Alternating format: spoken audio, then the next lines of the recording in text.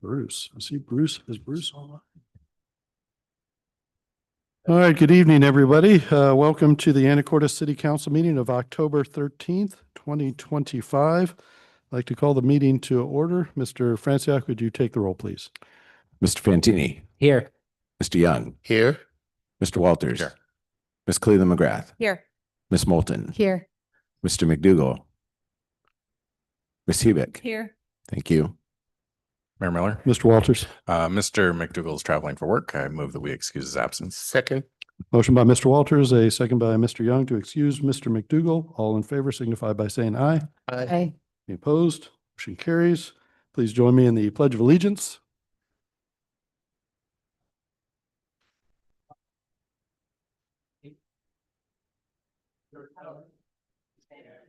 One nation, under God, indivisible, with liberty and justice for all. All right, we'll start out with announcements and committee reports as we always do. I've got a few announcements, but I'd first like to announce the council is going to move into an executive session after the agenda. So 7A, we're going to add an executive session, and I think it'll be about 20 minutes, but I'll make that announcement when we get to it, unless there's any objection from council. Okay, announcements. So happy Columbus Day, happy Indigenous Peoples Day, but a big happy 250th birthday to the United States Navy.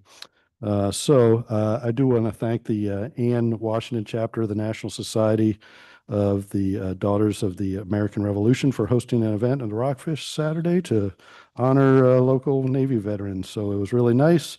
Someone who's worn the uniform for nearly 30 years. It's always grateful for this type of community support to our Navy and veterans. I like to consider Anacortes as a Navy town. But a little history. So 250 years the Navy has existed. 41 million people have served. 749 were Medal of Honor recipients. From the start, 3,500 in the Continental Navy to a peak of 4.1 million during World War II. And the current number about 380,000 and the sixth largest employer in the state of Washington. Wow. And then one quote, and I'll be done with my my Navy stuff. A good Navy is not a provocation to war. It is the surest guarantee of peace. President Theodore Roosevelt in a message to Congress. All right, so happy birthday, Navy. And Guaymas Ferry, the parking lot closures begin today. So be advised that portions of the terminal parking lots will be closed starting this evening at 8:30. Staff is conducting stormwater system maintenance, both Anacortes parking lot on the 14th and then also through the 16th. Chamber of Commerce will be hosting a candidate forum right here in City Hall. That's tomorrow, the 14th. And that's from 5 to 5:30, candidate meet and greet. And then the forum begins at 5:30. Admission is free, but registration is requested. Please visit the Chamber website. Downtown Streetscapes will have an open house the next day, October 15th. And that's a partnership with First 40 Feet Design. And the city is hosting this open house along with the Anacortes Downtown Alliance. Downtown Streetscapes plan to enhance Commercial Avenue and connecting streets, 5:30 to 7 p.m. City Council chambers. Finally, I think maybe two more. City will be participating in the Great Shakeout Earthquake Drill, October 16th, 10/16/10/16.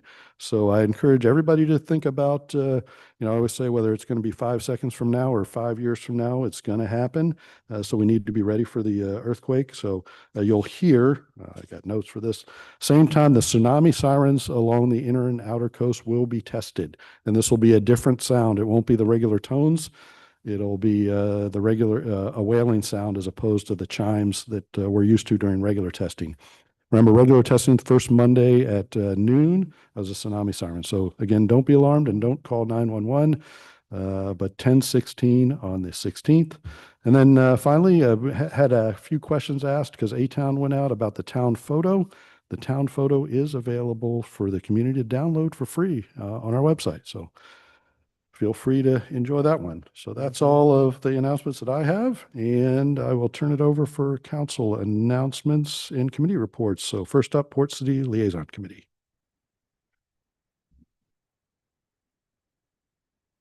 Mayor Miller. Mr. Walters. The Port City Liaison Committee met last week. We discussed our next steps in the event center work. Preliminary estimates from our architecture firm, the architecture firm that the port has contracted with, indicate a pretty good likelihood that we will be able to achieve our $8 million estimate. They are working on a revised design for the exterior and for the floor plan that is consistent with some of the direction that we gave at a prior meeting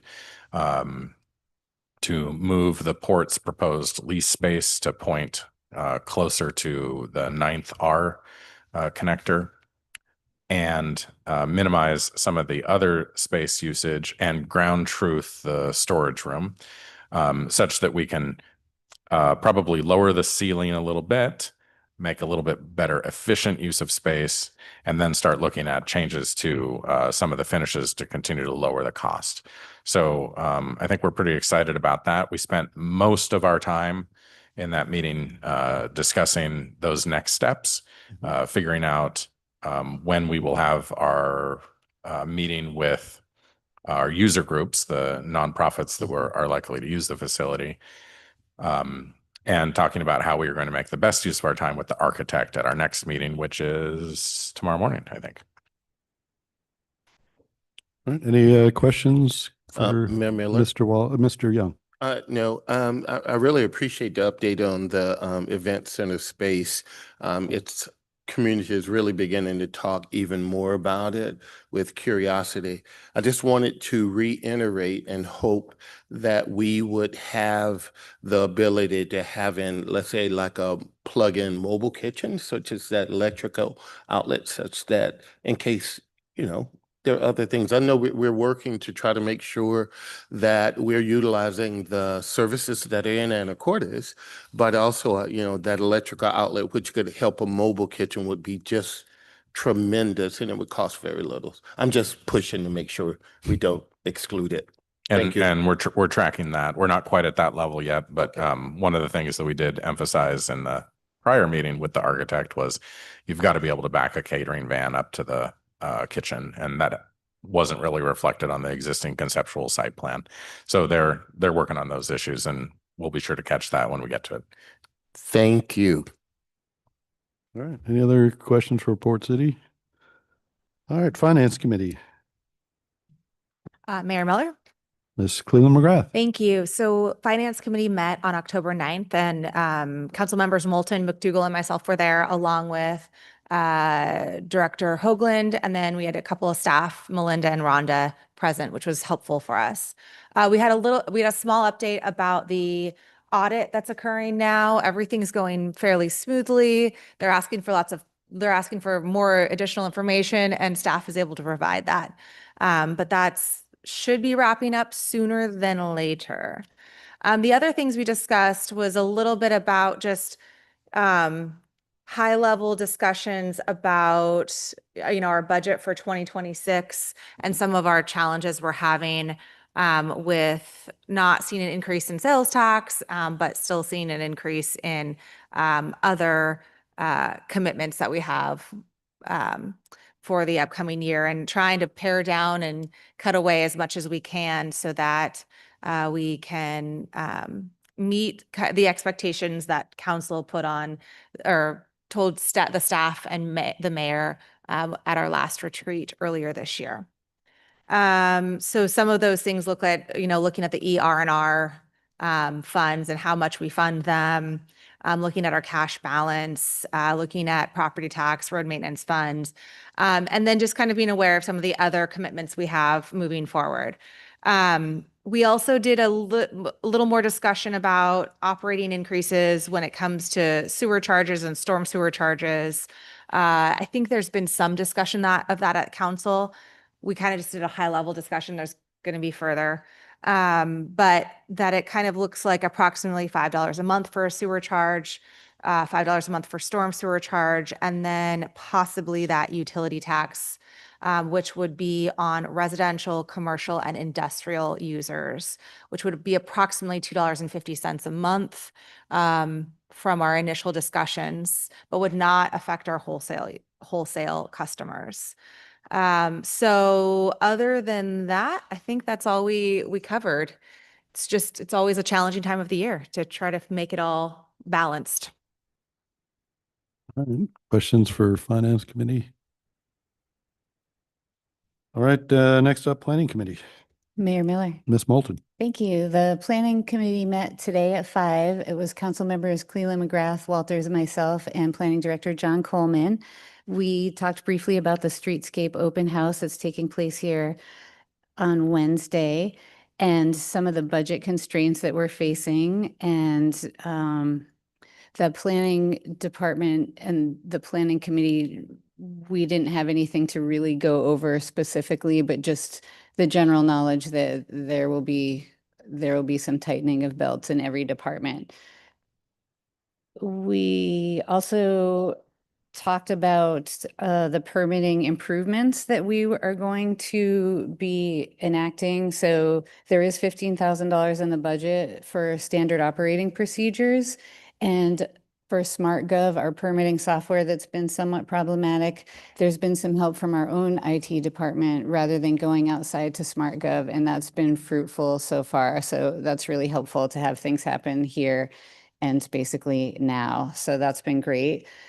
And we will work on our internal processes before we actually do major SmartGov changes. We really need to know how everything's going to work before we adapt the software to meet those needs. The digitization of paper records in the basement is ongoing. It's slow but sure. And many thanks to Sylvia Cooper, who has taken that on enthusiastically and is moving us toward that ultimate goal of having all of those permitting records digitized. The comp plan has been recommended to move forward by the Planning Commission. Thank you very much to the Planning Commission and to all the people who have participated in this process and made public comments and made their voices known. It's really important to us. That draft will come to council very soon. And this either next week or the week after. And so then we'll be going through that part of the process where, of course, more public comment is available, opportunities are available to be made. So we're really looking forward to getting that going, and then the development regulations, and then we'll be wrapping up the end of the year in good shape with that. Thank you. Questions for Planning Committee? All right, Public Safety Committee. Mayor Miller. Ms. Cleland McGrath. Public safety met on October 7th. Councilmember Hubick and I were both present for that, along with fire and police. So from a fire perspective to start, we've got a couple of new paramedics beginning. So that means we are completely full as of now, which is huge. The other thing we received a couple of grants. I think most of the council knows, but one was for thermal imaging cameras. We were approved for 4 additional cameras. Grant for $25,000 with a 5% match. We already have them on engines, but this is specific for medic units and the battalion vehicle. So that's pretty exciting to receive that grant and have those cameras available. The other thing which we will discuss further in the agenda is a SAFER grant that we received. We discussed that somewhat and asked some pointed questions. So to Chief Harris, thank you for providing the PowerPoint ahead of time. I think that was very helpful for council, and the public will be able to see that too, just to articulate the importance of those battalion chief positions and the addition of the 3 new positions. Then from a police perspective, the boat went out. The mechanic said it looked great. We've got 2 certified boat handlers, or two officers that were certified this last year. We've got a couple kind of historic boat handlers from when we had a boat prior that's already certified, and we're looking to certify another 4 in May.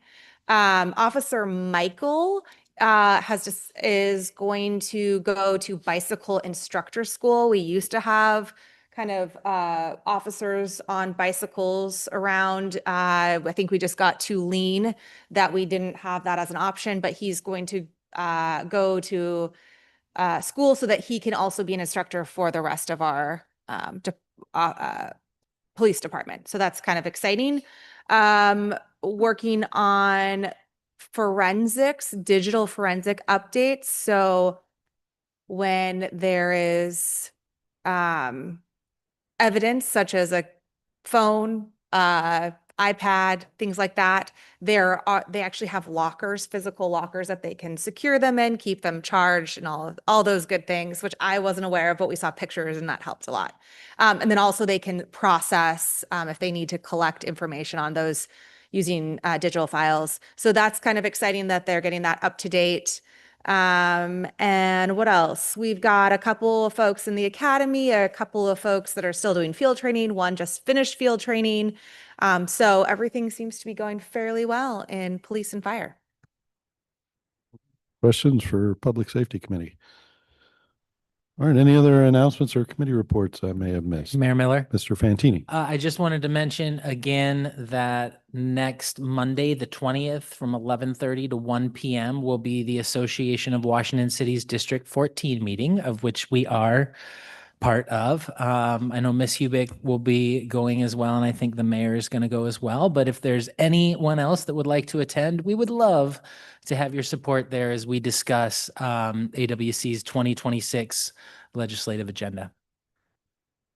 All right. It's at the Oak Harbor Yacht Club. Yeah.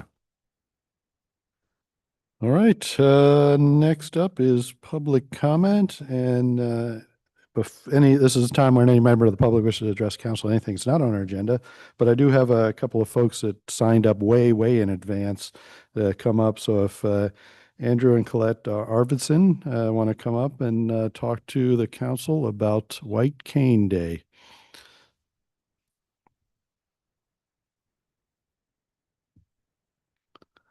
Yep. Yeah. And make sure the little light is on at the base of the microphone. Base of the microphone on the. Yep. There, and the light goes on. Yeah, there you got it. I'll let him know the light's on. Okay. Thank you. I'm Colette Arvidsson, and I'm president of the Anacortes Lions.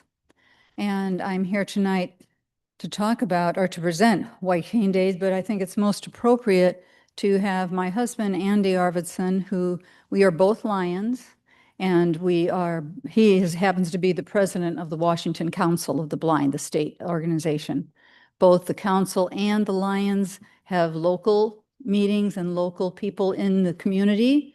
And I've got some materials that after he talks, I'll be willing to give out, which include both the low vision and the chapter, the Council of the Blind meetings that provide people with resources to become more independent in our community, as well as a bookmark that we're giving out to all the third graders in the next couple of weeks when we do a special project, again, with the Lions and the Council. So Andy, would you please talk about White Cane Day? She didn't leave me much time. Don't we get 3 minutes? Yes. Yeah, you're good. You're All fine. right. As she said, I'm president of Washington Council of the Blind. I've been in Anacortes since 2005. And when I'm out with my guide dog, which makes me move quicker and easier than a white cane, she has eyes, a white cane doesn't. When I'm with my white cane, people I've found don't recognize what a white cane is all about. I get asked, are you a pole walker? All kinds of stuff. What's that? And so we're trying to make awareness about what white cane is. It's not for people with disability. It's not to disable people. It's to able people. White cane is like a GPS system in your car. It's a mobility tool. It's not a handicap thing. I would like to invite our mayor and all council members to take a walk with me in the town. And we have glasses you can put on that will distract your vision, obscure your vision while you have the glasses on.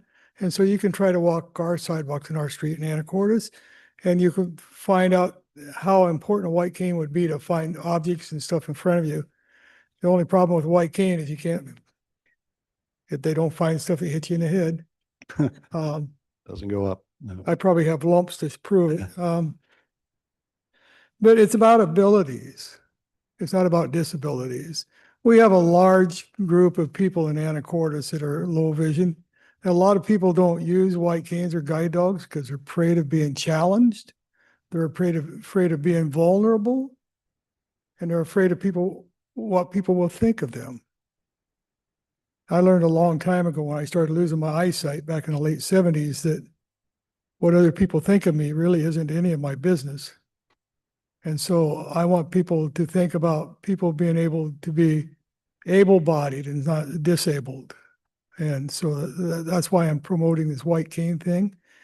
Tomorrow we'll be in Mount Vernon with the county commissioners getting a proclamation for Skagit County about White Cane Day. Every president since 1964 has signed it every year. It started with LBJ, and every president, no matter whether they're Democrat or Republican, have signed it every year. Some of them have added terms to it. And so I just would like people more aware that we're becoming a retirement community. And when you get older, guess what? You lose eyesight, you lose hearing, and you lose lots of things. I'm only 75 next month, so I'm not getting old yet.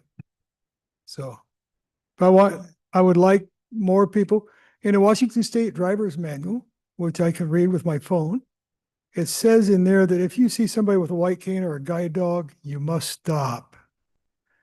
And it's getting easier since I started talking to third grade kids that go home and tell their parents about it. But when I first moved to Anacortes, I had a hard time crossing streets because I dare you to close your eyes and try to cross the street. You have to step out in front of traffic most of the time to get people to stop. My guide dog will not leave the car if wheels are moving, will not leave the curb. And because she's taught intelligent disobedience, which will not allow me to walk out in front of a car. But even with a white cane, if I'm standing on a curb, I'm not leaving the curb. I'm not going to walk in front of you if you're moving. So I would like for everybody that's listening to this to encourage people, if they see somebody with a white cane or a walker or a guide dog, to please stop so people can cross the street. Anyway, thank you. Well, thank you. Thank you very much. I appreciate that, and we'll be gladly take the info that you've got. Mayor Miller? Mr. Young. Thank you. And well, I've said this before and I will say it again. I am blind on my left side and have been that way since I was 3 years old. So depth perception was always an issue. I thought I didn't know how to play baseball because I thought it was some type of algorithm. Everybody had a secret, but I didn't have depth perception. When it came down to basketball, it was the same thing, and football. And that was the way you rose in my community at that time. So I always thought that it was something that I needed to learn the hard way. And, but I decided I wanted to say just a couple of words about it, and thanks for this awareness, because it is an issue, depth perception, everything about it. And sometimes in our day-to-day that of living and rushing from one place to the other or trying to get things done that we need to, this is a wonderful reminder because it reminds all of us that there are different challenges, but it also, being able to walk and with the white cane and go out into a community that you can't see. Sometimes we think seeing is our safety net, but it also takes a lot of courage. And it also is an opportunity for all of us to learn from others and to pay attention. So, that piece about seeing someone with the white cane and stopping, that's another thing that I think an opportunity to remind our world about. And I think lessons and people like this and this opportunity to bring your story forward tells it. And so that's why I'm willing to tell mine at the same time. So thank you for bringing this forward. And I look forward to assisting. And the other invitation we'd have, if anyone would be interested in relaxing and having a free Tai Chi class, that's one of the classes my husband teaches at 9 o'clock every Tuesday and Thursday morning, and at 6:30 on Thursday evening rather. So if you feel like just relaxing, come. All right. Well, thank you very much. Appreciate that. Thank you, Mr. Young. Okay. I've got next to signed up is Catherine Stramberg, I think. And the topic is covered pickleball court. So come on up, and that's why you got to say your name for the record, because I may have butchered it or didn't read it correctly. Catherine Stramberg.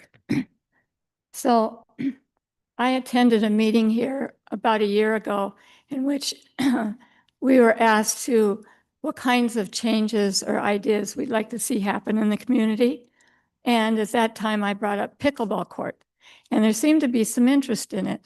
I have, for the past 5 years, played pickleball at the covered court in Mount Vernon, and it has 10 courts. They are full all the time. It's a very unique sport. It's all ages can play. I see grandmothers playing with their grandkids and both being very competitive. And it just seems a shame that we don't have something like that here in Anacortes. I think a lot, especially since we're a senior community too. But like I said, it's not just seniors. Pickleball is the fastest growing sport in the United States. And all we need is some courts here. We need them to be covered because we live in the state of Washington and it rains here. And so I didn't really know how to approach this and what I should do first to try and encourage this. So I thought, well, a city council meeting is where I'll start. But if you could let me know what I should do next, I would love to help out with this. Well, I know the Parks Director, the Parks Department would love to talk to you, because they're working our pickleball issues on behalf of the city to try to sort out the best solutions in the city. Okay, thank you very much. Thank you. All right, next signed up is Zuamu. The topic is property tax ordinance and resolution 3184.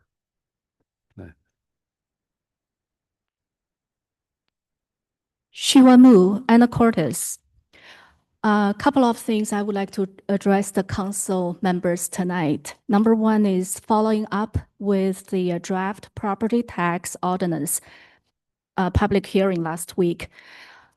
I took exception to the council members' statement that without a 1% levy increase that we would go into bankruptcy.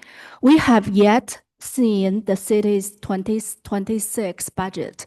And unless I'm missing something, I think it's premature to say that. Secondly, property tax levy can be complicated. However, as elected officials, you have legal and ethical responsibilities to explain the levies to the citizens. And I have experience to translate technical specifications as well as mathematical models to English. So I'm more than happy to help. Okay, second subject, resolution 3184. I attended the Fadago Pool's presentations recently, as well as the Meeting the Candidate forum last Friday night at the city library. And there was a confusion between the city's resolution 3184 language, specifically on page 1, paragraph 4, the fourth whereas. And the discrepancy is the whereas says own and operate other parks, recreational facilities and programs within the city limit, not within the city limit, with Anacortes school district boundaries, but the ballot language specifically was Fadago Pool and Fitness Center.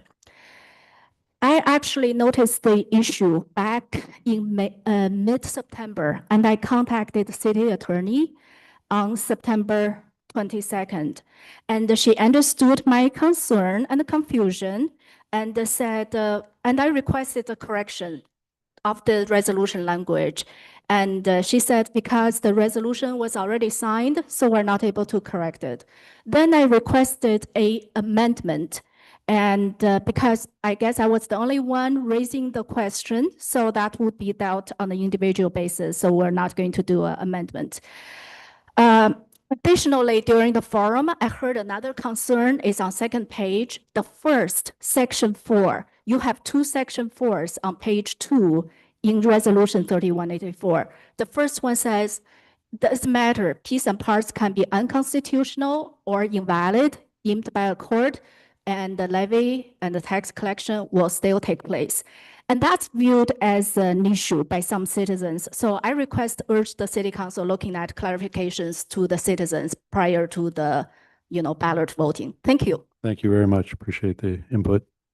I don't have anybody else signed up, but is there anybody else who wish to address the council on anything that's not on our agenda? Don't have anybody online. Oh, okay. Come on up.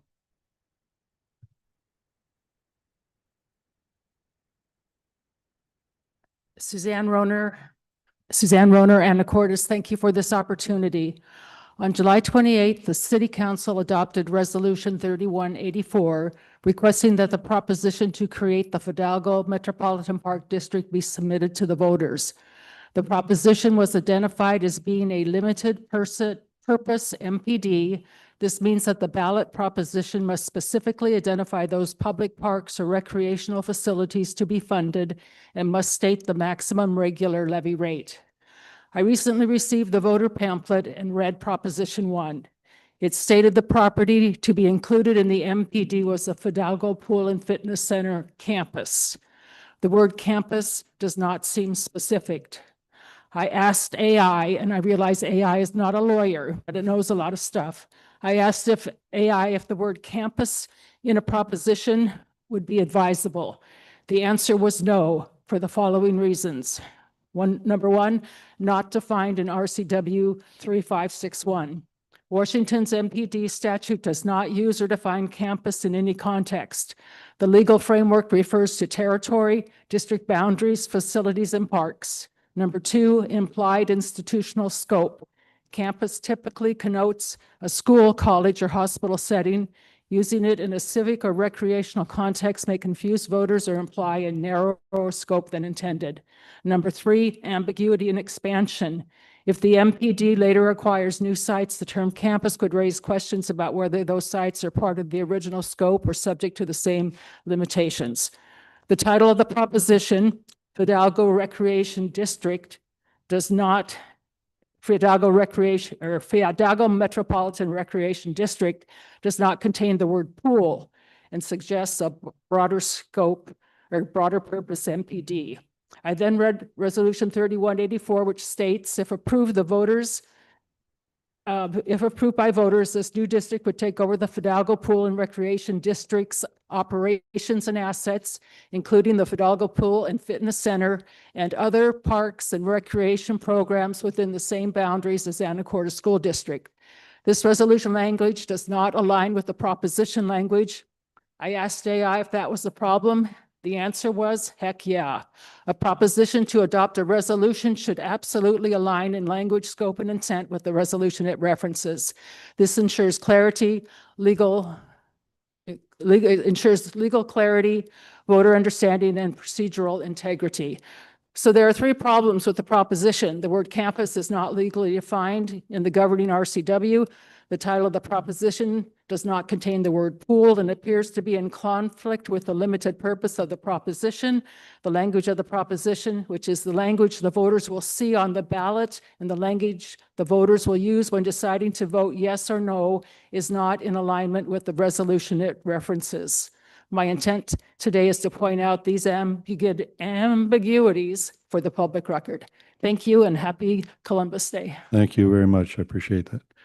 All right. Anybody else before we move on to the next agenda item?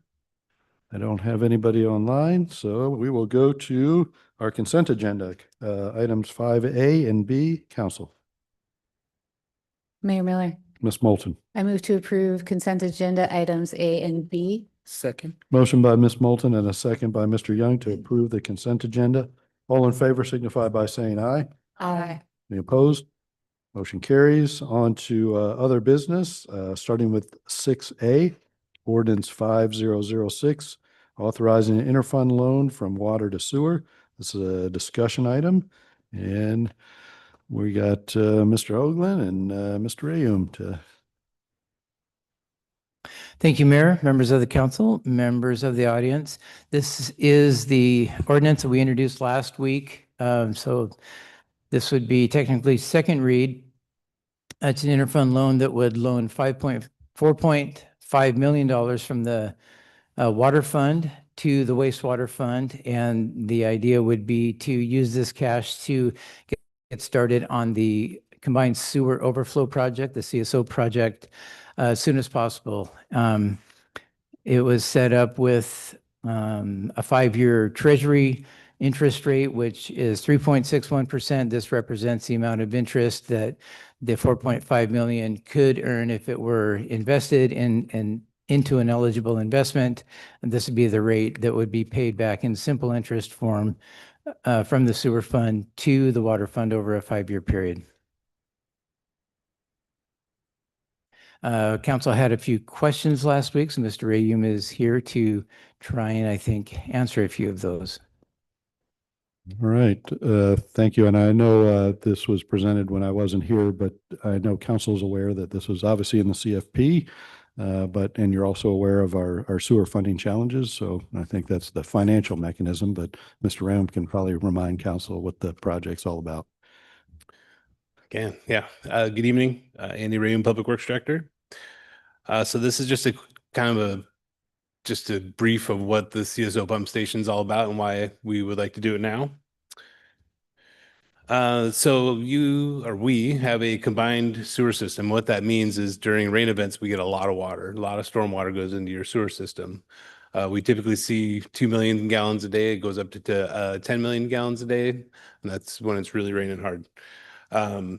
That was typical, having a combined sewer system in the late 1800s and early 1900s. I actually engineered them that way. We've taken steps since then to try to get hard surfaces off of the sewer by installing storm sewers.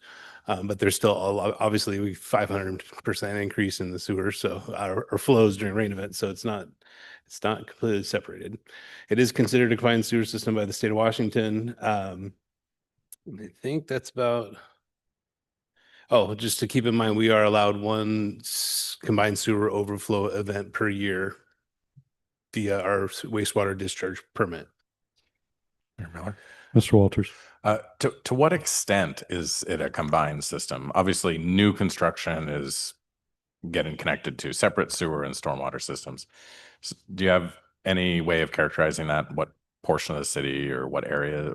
Pretty much all rooftops are going to be in the combined sewer system. The roads, parking lots, there's probably a mixed bag. I don't know. I studied this in Seattle in the Soto district, so I can tell you our experiences there, trying to get stuff out, the stormwater out of the sewer system. But like internal to the building, there's nothing you can do to get the roof water from going into the sewer. Parking lots, sometimes you can, sometimes you can't, but like the roads specifically, we've got those all equipped with storm sewers now. To answer your question, I don't have a percentage. You can look at the roof, you can take the roof area and take that aside and use that percentage based on the whole area and get you a ballpark. Yeah, I'm what date, I guess, or what decade did we really move away from a combined system and require new development? I don't know specifically here, but I would say probably in the 50s, they realized that was a really bad idea to have a combined sewer system and started designing systems that are separate, where you have a storm system and a separate sewer system. Okay. So probably about around then they said, let's stop doing that. Okay.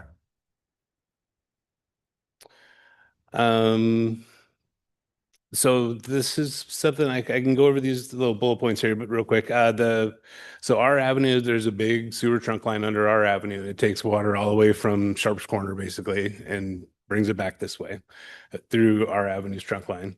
The existing trunk line is pretty full, and I'll show you in this diagram here next. Adding a larger outfall does help, but it just the system, the hydraulics of the system, it just backs up in the system. So you can have sewage come out of the manholes instead of staying in the pipes. And so when here, I'll just show you the picture. So these aren't identical, but we do have, just for reference, and this is a printout of the model, but what's on the bottom there, that blue area, and this is kind of exaggerated, that blue area is the actual pipe itself. And then each one of these vertical stands, those are the manhole pipes that come up from the main, just goes, parallel underground, and those come up to the manhole lid so we can access the sewer system.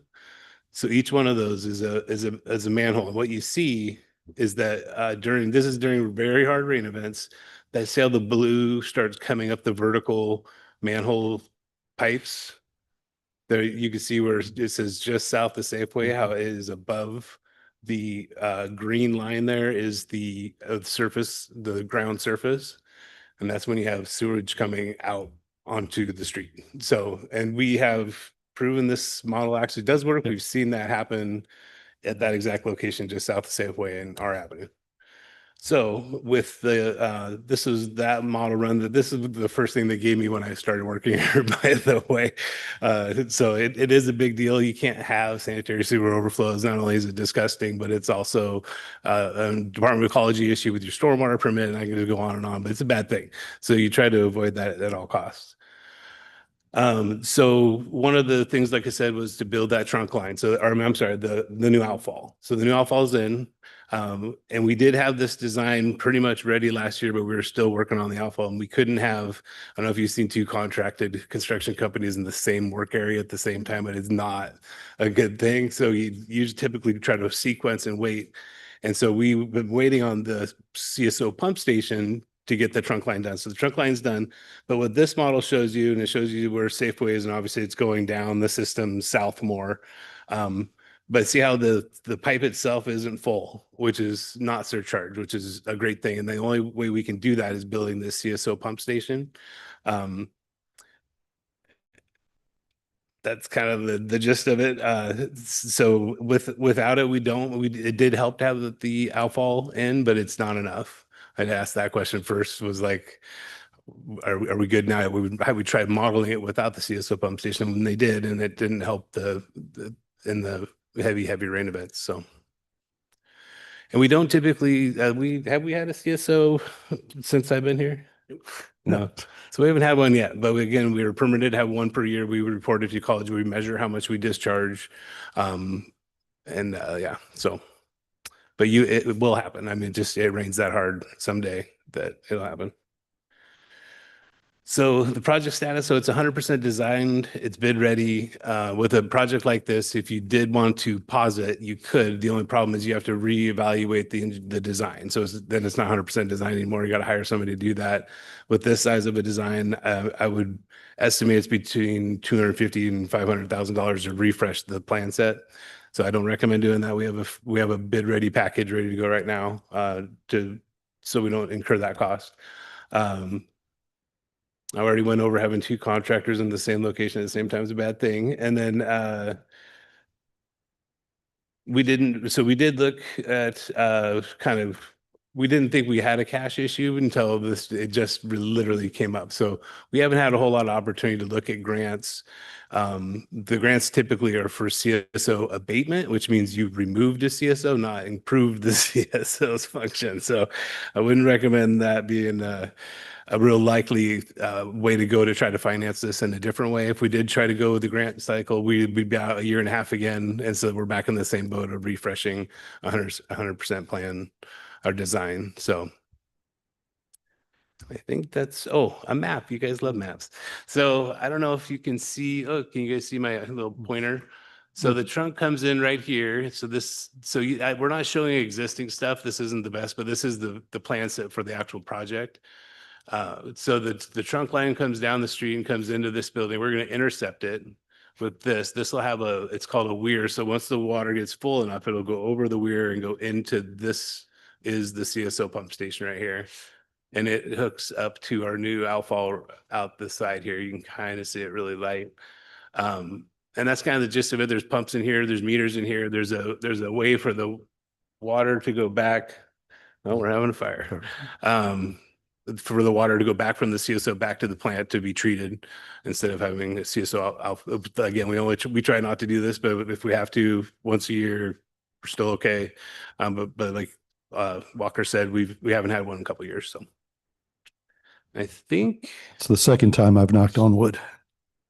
What's that? I'm sorry, superstitious. You said twice we haven't had one in a couple of years. So Mayor Miller. There you go. Mr. Walters. So if you go back to that last slide, so I think I understand that with the addition of this pump station, you will be able to receive and empty out the pipe on our avenue faster. Yes. That's the key. Yep. Okay. We're not allowed to discharge more. So we have record of how much we discharge each CSO. It's kind of weird to think about, like, well, you just kind of supercharge your CSO. Why do you mean it's not going to be more flow? Well, we literally can't do more flow. It's just right now, like it'll drain the trunk line. But it's Yeah. the same amount we would have saw if it was the old CSO system. Yeah, but you'll be able to empty that pipe out, so there's capacity in the R Avenue pipe. So there won't be anything coming out of the, yep. Okay. Yep. Okay. Other questions? So this is a loan to ourselves from water to wastewater. And I think we've got figures on that we were sent via email on our financial reserves in the water fund, and we seem to be good there, and we're not taxing that to an extent that it can't do its capital projects.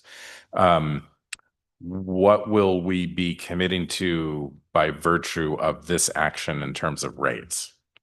Will we be able to cover this project's at least payments on that 5-year loan within existing rates?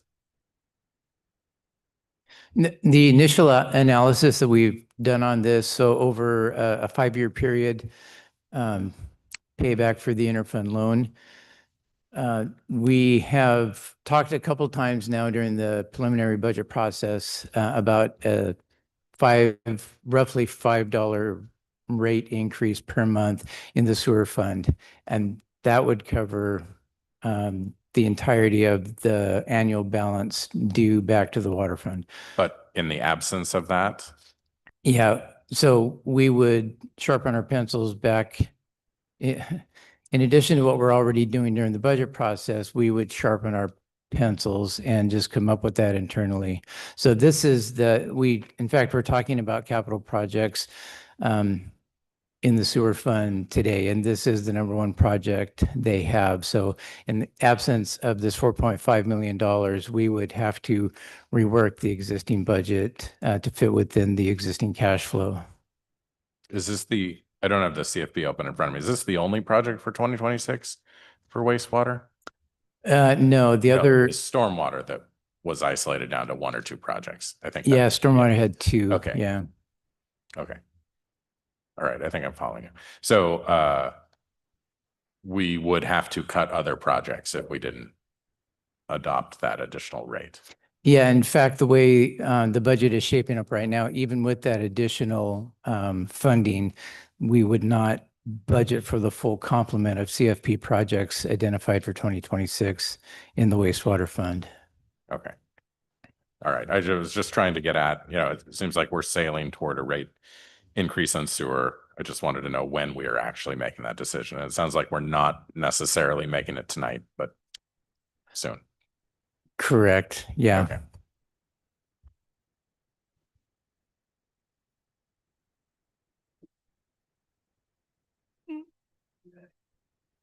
Mayor Miller, Ms. Moulton. I move that we adopt ordinance 5006, authorizing an interfund loan from the water fund to the wastewater fund. Motion by Ms. Moulton and a second by Mr. Walters to adopt ordinance 5006. Any additional discussion? Mr. Franciac, vote please. Ms. Hubick, Yes. Mr. Fantini, Yes. Mr. Young, Yes. Mr. Walters, Yes. Ms. Cleland McGrath, Yes. Ms. Moulton, Yes. motion carries. All right, next up is item 6B, contract award, wastewater treatment plant, pump station 13, replacement pump purchase, discussion with possible action, and you're still here. I'm still here. Other side of town now. We're talking about Pump Station 13, which is at Skyline Marina. It's literally like in the yard there. Before you use a contract in the amount of $143,750 with Whitney Equipment to have one pump ordered and available to us for a backup pump for Pump Station 13. Walker's here. He can correct me if I'm wrong, but you have minutes if that pump station failed before you have a lot of sewage coming out of that station. So in addition to having a spare pump, which is always a good idea, the pump station itself has 2 older pumps in it now that we need to take out and refurbish. And so that's not the type of place you just leave it on one pump and think everything's going to be okay. You put the standby pump in there while you're refurbishing one of the pumps that have been in there for some time. So that's why we want to do it now. That's about it. Do you have anything to add? No, I think you kind of stole the thunder there. All right. It's the intention is to purchase the critical spare pump. Both the existing pumps are approaching 15 years old. The intention is to rebuild them as soon as we acquire the new pump in sequence. And when the rebuild process is over, we'll have 1 shelf spare. All right. Questions? Mayor Miller. Ms. Moulton. Thank you. So is this a pump that would be there permanently? It's not one we would move as a backup to other places? It's specifically for this? It's a big pump. Yeah, it's just for this location. Okay. Yep. Thank you.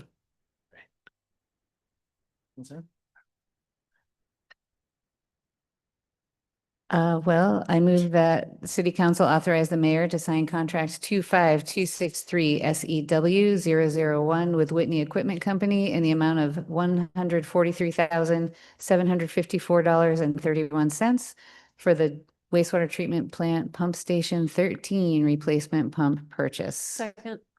Motion by Ms. Moulton and a second by Ms. Hubick to approve the contract as presented. Additional discussion? Mr. Franciac, vote please. Mr. Fantini, Yes. Mr. Young, Yes. Mr. Walters, Yes. Ms. Cleland McGrath, Yes. Ms. Moulton, Yes. Ms. Hubick. Yes. Motion carries. All right, thank you. Next up, item 6C. This is staffing for adequate fire and emergency response, SAFER grant. It's a discussion item with some possible action. And Chief Harris is already there, ready to go. Whenever you're ready, Chief.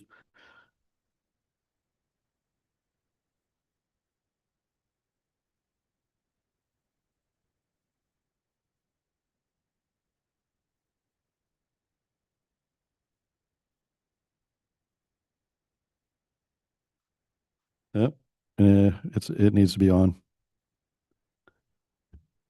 How about now? Yeah, a little better.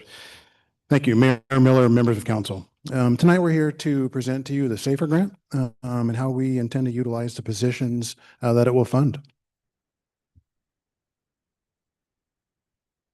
First, just a little bit of background. The SAFER grant is a FEMA preparedness grant. It's designed to help local jurisdictions put firefighters on the street that are well-trained and to help them or help us comply with NFPA standards, specifically in this case, 1710 for us. This particular application was written for 3 firefighters, and the grant will offset their costs for 36 months, 75% in year 1, 75% in year 2, and then 35% in year 3. And I'll get quite a bit deeper into the finances a little later in the presentation.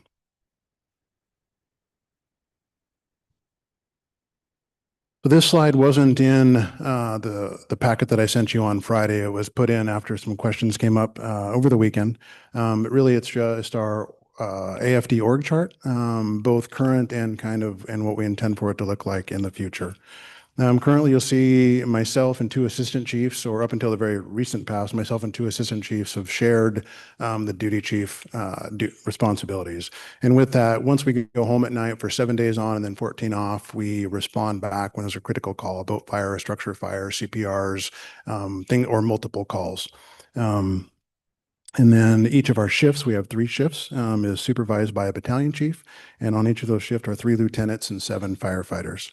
What we're proposing is to accept this grant, unfund one of the assistant chief positions, and then add 3 new firefighters. And again, we'll talk more about just how that looks here on the next slide. One thing I just want to point out is that while we keep mentioning 3 new positions, really at the end of the day, we'd only net 2 with the unfunded AC position.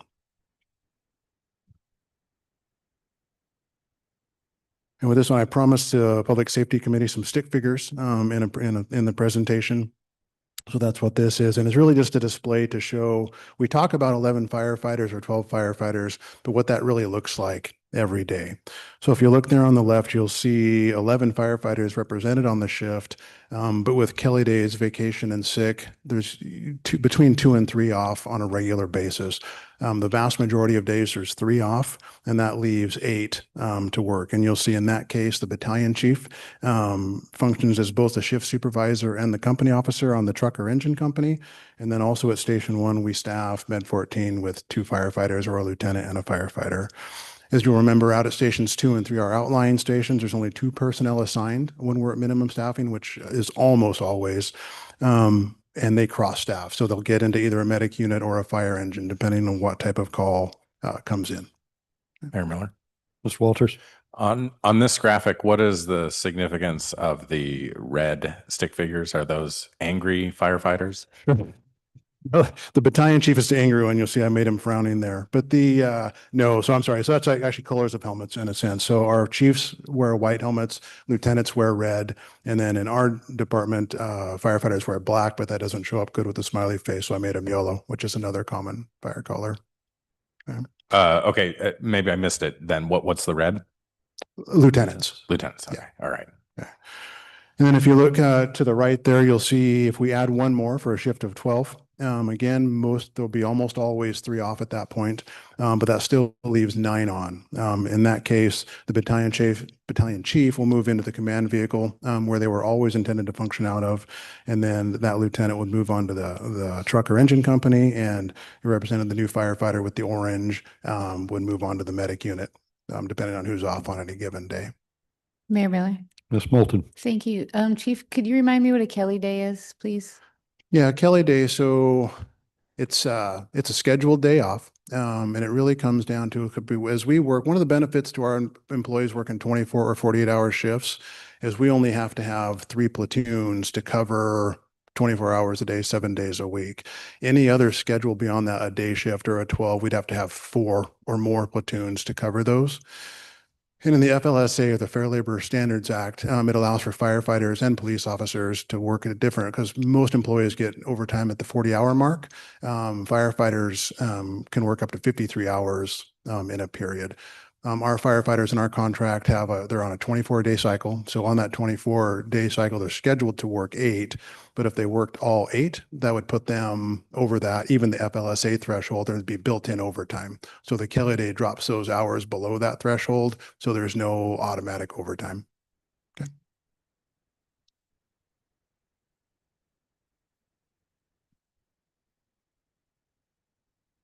And there's a lot of information here that I really want to get to, so I'm gonna read off of this one, so I don't miss anything. But this is just as to why I believe we need to make this move and get the battalion chief out into that command vehicle. Our current model of administrative chiefs responding from home is no longer adequate for the volume and complexity of our emergency calls.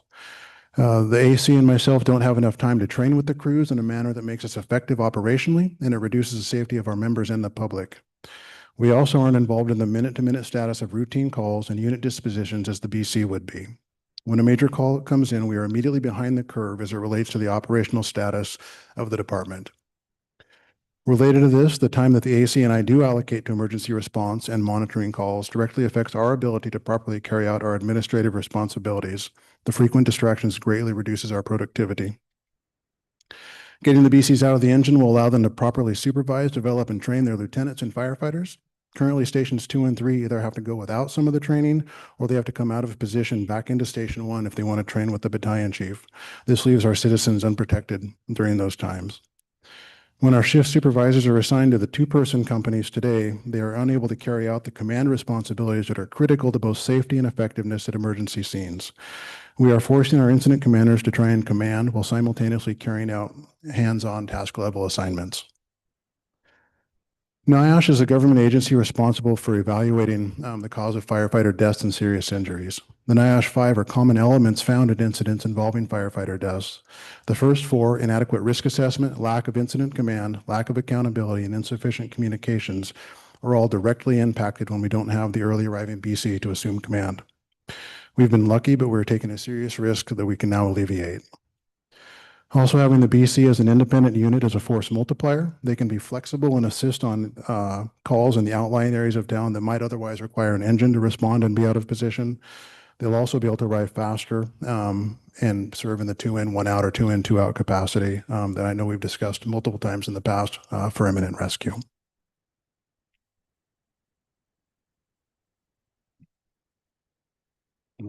That was easy. I think this is really kind of the meat of what we need. I believe that operationally, there's not really a good argument to be made to not make this move. Obviously, it's budget season. We've already been discussing the difficult times that we're facing. So I want to spend quite a bit of time talking about the financial impact of this grant. First, I just want to point out that this has been a specific plan for the past 2 years. As you recall, back in January, we ordered the unit, the battalion chief car to make this program work. We promoted the battalion chiefs who were captains previously, and then refilled those positions with lieutenants in preparation for this upcoming year. Kind of in a more general way, we've been working towards a 9-person daily staffing since 2016 with Resolution 1946. And one upside to this is if this is approved tonight, you won't have to hear me talk about 1946 ever again. I know it's come up a time or two. But one thing I just also want to point out is, so when we started this process, we intended to fund these positions with EMS levy dollars. You remember last year that the voters approved to up the rate from 44 cents to 47 cents. And if you look down at the bottom left there in those charts, you'll see the impact that made in EMS levy contributions to COA. In 2024, it was 1.5 million. That's what I've been using as the baseline. And then each year after that, you'll see it increase. And you'll see by 2025, it was about 627,000. And this year or next year, 713,000. So that was the intent. You'll see there up at the top left in the blue, that reflects the numbers based on just that plan. The 3 FTEs in 2026, we anticipated being around 600,000. When we wrote the grant, they asked for the average cost of a first-year firefighter, because we hire both entry-level and laterals and paramedics and EMTs. Some have families, some don't. We kind of worked through those numbers. We ended up kind of landing on a step 2 paramedic as the base wage, and then kind of middle of the road as far as benefits and how that's the number we submitted when we put the grant application in. Also, just it was, I don't know if it was good fortune or bad fortune, depending on perspective, but also we did have a resignation here last month of the assistant chief, and that opened up about another 225,000 that we're able to allocate to this program now, which certainly improves our financial outlook. Can't say that having only one AC is a good thing. What I would say is that it's more important to make this move and get the BCs out and be flexible. I think it's one thing the more of the personnel we put out on the street doing the job versus in the office with me, if we have to choose, that's the place to put them. If you look over at the green box, again, it's those same numbers, but then with the SAFER grant kind of thrown in. The SAFER grant will net about $1.1 million over the 3-year period. But kind of the big deal that I think is really important to us right now, if you look down at the brown box, if you took away and disregarded the levy funding completely and any other increases, and we just look at the AC position savings plus the SAFER grant, over the next 2 years, in 26 and 27, about $75,000 a year is a net benefit to the general fund. In other words, if we chose not to go forward with this plan, we'd really have to refill that AC spot. There's no way for Chief McDonald and I to rotate that duty on a 50% basis and keep up with any form of administrative responsibilities, not even counting the lack of training and the lack of skill that we're currently having out in the field. We just can't, I think we were both great firefighters once, enough years in the office, and that kind of degrades a little bit. I hate to admit it, but it's certainly true.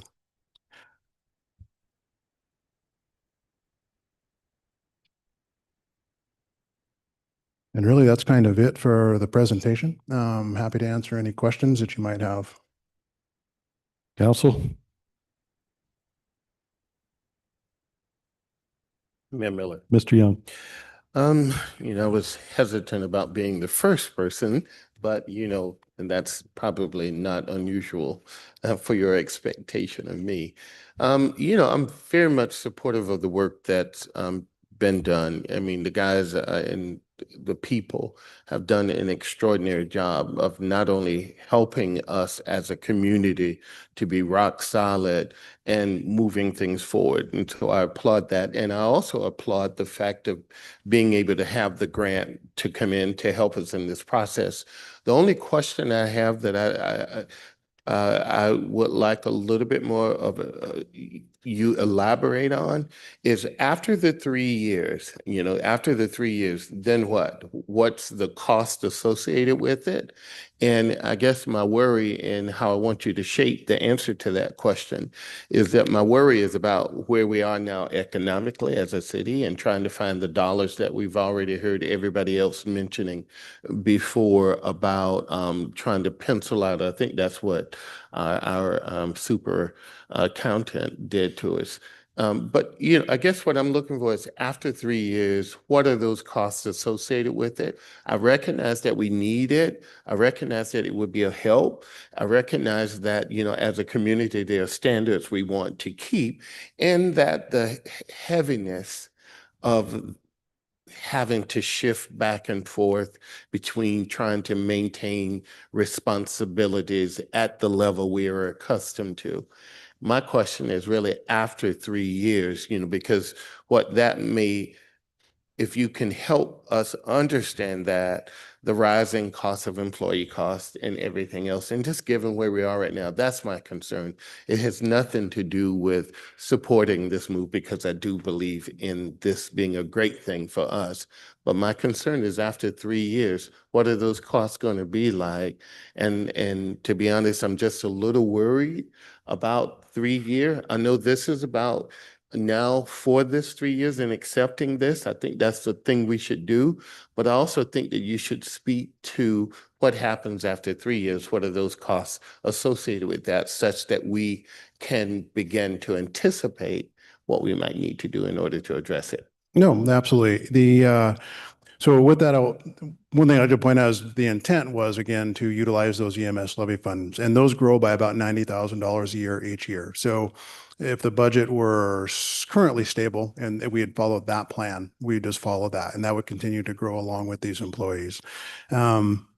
Realizing that might not be realistic. I mean, I'm going to be working with you and the mayor to, I'm going to try to claw those back, and work for other ways inside of our budget. I do believe that as a city, I think we've reached the point where we have to make some decisions structurally and make some decisions as citizens and council and department heads, what services we want to provide moving into the future.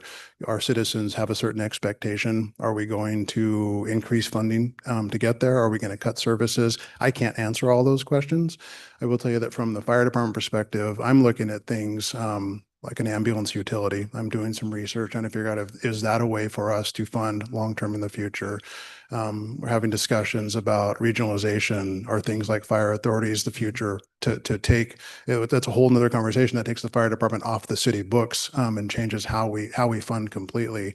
And I don't know the answer to those questions. That's a decision. Obviously, those are all political decisions, policy decisions, but that's the information I'm going to be prepared to provide you over the next couple of years to make those decisions easier. Yeah, if I could just, thank you, Mayor. I can appreciate that. I really do, because we are at a place where we're having to look at, where are our priorities and what we want to fund or what we can fund might be a better thing. And, but also at the same time, recognizing the hard work of you guys do for the calls that are coming in, rescuing and making sure everybody's okay is a wonderful thing. And I appreciate that. But, my question has so little to do with the quality of work, because the quality of what you guys are doing is extraordinary and it's applaudable. The worry is, what do we do 3 years from now? So I know you can't answer that, but I just wanted to sort of put that out there, that as we're looking at our dollars and cents, trying to figure out where we can trim and yet provide the highest level of service possible with what we have to work for. And so, okay, thank you. Thank you, Mayor. Thank you. Mayor Miller. Mr. Walters. Looking at your previous slide, I if I'm reading this right, your blue box on the left is your status quo proposal without the SAFER grant, Yes. but with the additional 3 FTEs that would backfill the positions that are moving up because you're going to move these battalion chiefs out of the units. Yeah, the blue box would be the 3 new FTEs, take away the current AC, and then utilizing the levy funds to pay for it. Yeah. Right. And the levy funds theoretically, I guess, could be moved around. They could fill other needs in the department, reduce general revenue that is supporting the department, and thus be fully utilized while we reduce our general revenue support of the department. But if we were to do that, we would be going backwards when the county asks the voters for more money for the public safety levy. So I'm certainly not advocating that. I'm just pointing that out. But I guess my point here, though, is that in the blue chart, that's without the SAFER grant, and you still end up positive in your net general fund change. Yeah, So that's not a charge to the general fund. Utilizing the 1.5 million as the baseline from ES levy funds, it ends up as a net. Yeah. Right. So if you, my point to council here is if you consider those levy funds properly spent on the fire department without reducing the existing general fund revenue going to the fire department, we do end up still ahead of the game.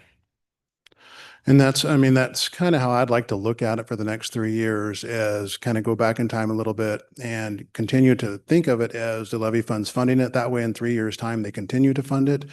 Well, in the meantime, the $1.1 million that's coming in through the SAFER grant can be utilized for whatever other purposes we need to help balance the budget and keep things moving. So yeah, I recognize it's very arguable or debatable how we characterize some of those funds. But still, just based on looking at the status quo, we end up ahead, and then we end up quite a bit more ahead if we accept the SAFER grant, which I don't see acceptance of the SAFER grant as something that we should reasonably be debating, because we applied for the grant, we got the grant, we've applied for this grant multiple times before and not gotten this grant. I think it's an achievement we got it. And I don't think we want to reject a significant grant like this. So I'm definitely in favor of accepting the SAFER grant. The 3 FTEs that we would add, I think, really do make sense in moving the battalion chiefs out of those units. Actually, the chief and I both took EOC training, FEMA EOC training a couple of weeks ago. And while that was really focused on EOC, they did talk about, and it wasn't an ICS training, they did talk about the importance of having an incident commander in the field, which is basically what we're talking about in terms of the battalion chief. For any complex situation, there's got to be somebody in charge who doesn't have to do something else. And so simply from an operational perspective, I think it is a very compelling argument. I mean, we've already created the battalion chief positions, so they're already there, but they have other duties right now. And so I think it is a very compelling argument to pull them out, put them in their own vehicle, have them be capable of running an incident when we have one, really running it without having other duties. So I'm supportive of this. I think in 3 years, again, we're still going to have more money under than we currently do under some characterization of how the money works. But in 3 years, we need to be figuring out a better financial position generally for the city. That's certainly going to be a top priority. You and I haven't had this conversation, but I do not support a regional fire authority at this point, simply because it seems like in any regional system, especially any one that involves something beyond the east of the Swinomish Channel, we seem to get the short end of the stick. And I think we have a good level of service right now. We have an excellent fire department, and I'm not confident that we would improve the situation if we went to a regional fire authority. especially a large one where resources could get drained from Anacortes. But, maybe there's some characterization of that where it does work. But I'm very hesitant about that, even though it would look financially really attractive for the rest of the city's finances. I'd be really concerned about lowering our level of service. I think the level of service that we provide the public right now is good, and especially that's a lot better since the levy lid lift, and I don't want to degrade it. Mayor Miller. Mr. Fantini. I'm also supportive of accepting the SAFER grant. I feel like we've heard about the battalion chief plan for a few years, and this kind of is the actual funding to make it a reality, at least the way that I've heard it discussed and will be operating. So I'm in favor of it. I think that also, yes, we're going to have some tough budget decisions coming up in the future, probably 3 years down the line from now. But I can pretty confidently say I don't feel like public safety is an area that we want to be scrimping, at least not when my house is on fire, and I'm sure not when the rest of ours is either. So yeah, I'm very supportive of moving this forward. I just want to point out those tough budget decisions will be coming to you in a matter of weeks, not years. And to Mr. Young's point about the long term, I share those same concerns. Operationally, I don't think anybody on council disagrees. Stick figures aside, it is of course the right operational move. It's the absolutely would provide the best service possible. The issue that we've been talking about are the concerns with the long term sustainability of funding, just like where we are now. Sorry. Council, anybody else? Mayor Miller. Ms. Cleveland McGrath. Yeah, I just want to say thank you for going out for this grant, working really hard and applying. I know we've applied in the past. To actually get to receive it is a huge deal. So I know that was a ton of work for the fire department to complete. I think I shared some of my concerns that Mr. Young kind of alluded to. I shared some of those concerns at our public safety meeting with the intent that I wanted to see a really well articulated justification for why those battalion chiefs being pulled off one of the engines and backfilling that position, so we have 12 in rotation at a time, is a much better model and safer for the fire department and safer for the public. So I think that you articulated that quite well at this presentation. I am concerned how we're going to pay for, 4 years from now, but that goes hand in hand with, having to prioritize and making sure we try to increase our revenue sources as effectively as possible.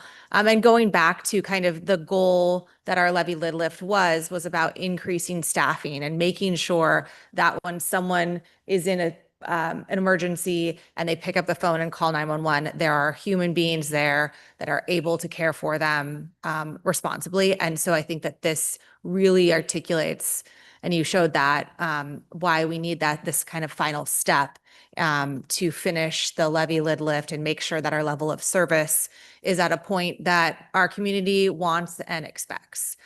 So I am in favor of this, and I appreciate the effort put forward for the grant for 3 years to kind of soften our challenging budget years. And hopefully we, as council and staff, figure out how to prioritize our commitments that we have for the community and our level of service, not just with fire, but also everything else, and then also increase our revenue.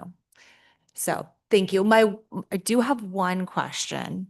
I don't want you to have to be on the spot. So if you don't want to answer, but that second assistant chief position, where is that going to be? Is that going to be grayed out? Is that going to be removed?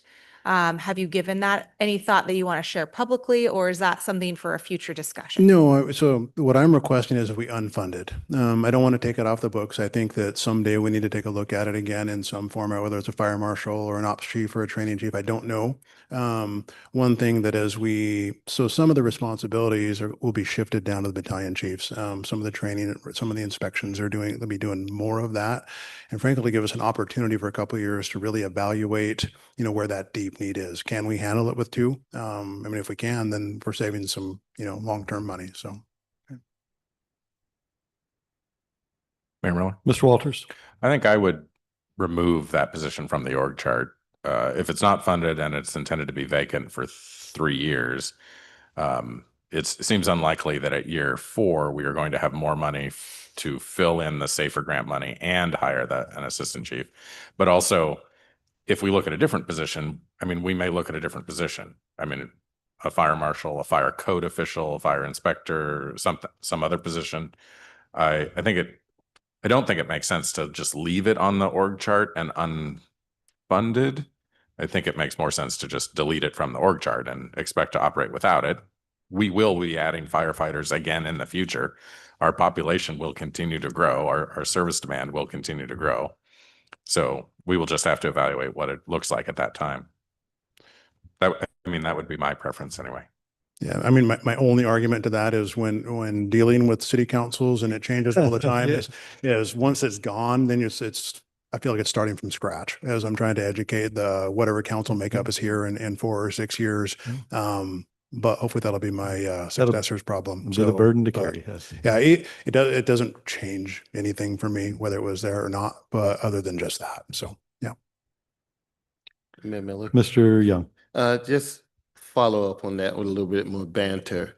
The truth of the matter is that you guys have really truly performed. And for us, that's the measurement we look at.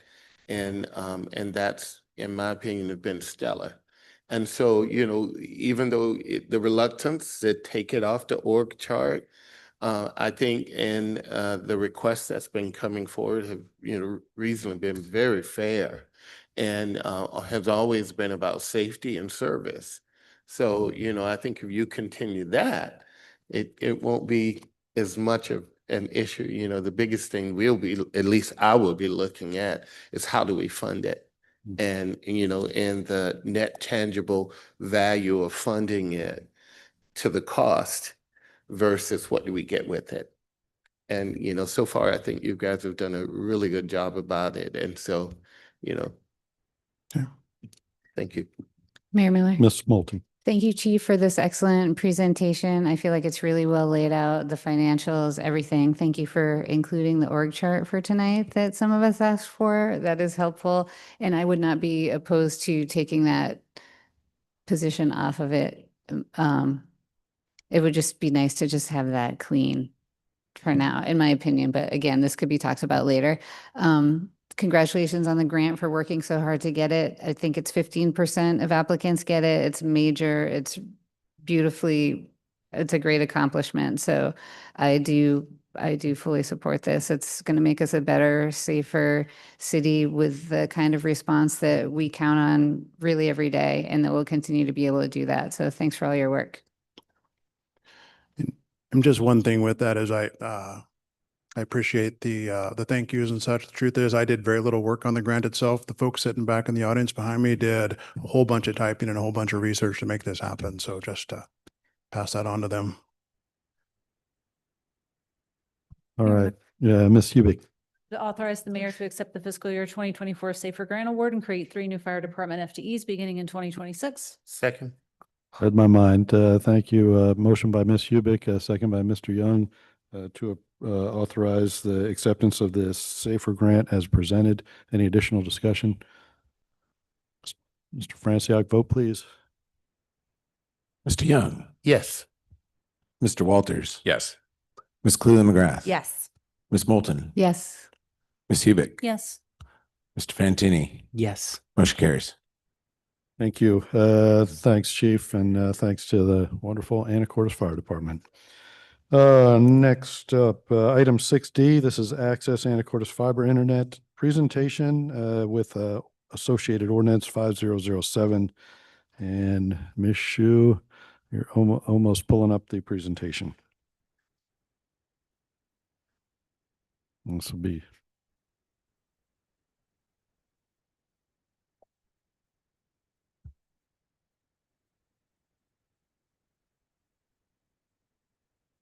Mayor, council, members of the audience, I'm pleased tonight to provide an update on Access Anacortes Fiber Internet. I recognize that the Fiber Committee meets regularly and we go over this information, but that I haven't been in front of you for a while to do that. As part of this presentation, we also have an ordinance that's included, and this would be the first read of that with the hope that we can bring it back next week and move forward with that.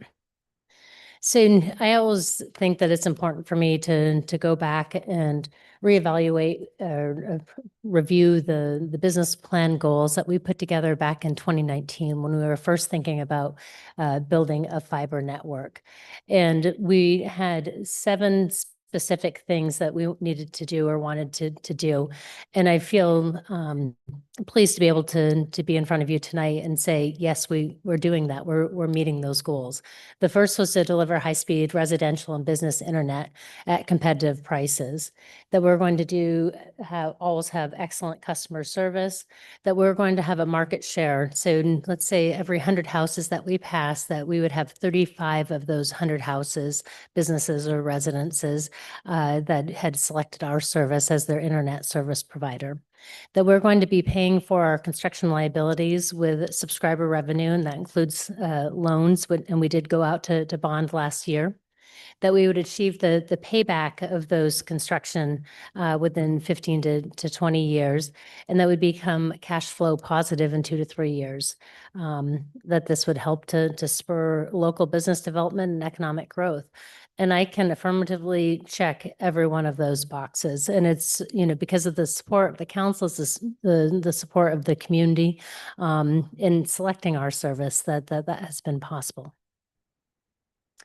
And so as we were putting this together, what we always came back down to is what is our value proposition? And it was hinged on 4 items: that we were going to have faster speeds at lower prices, that we're going to be local and provide very reliable service.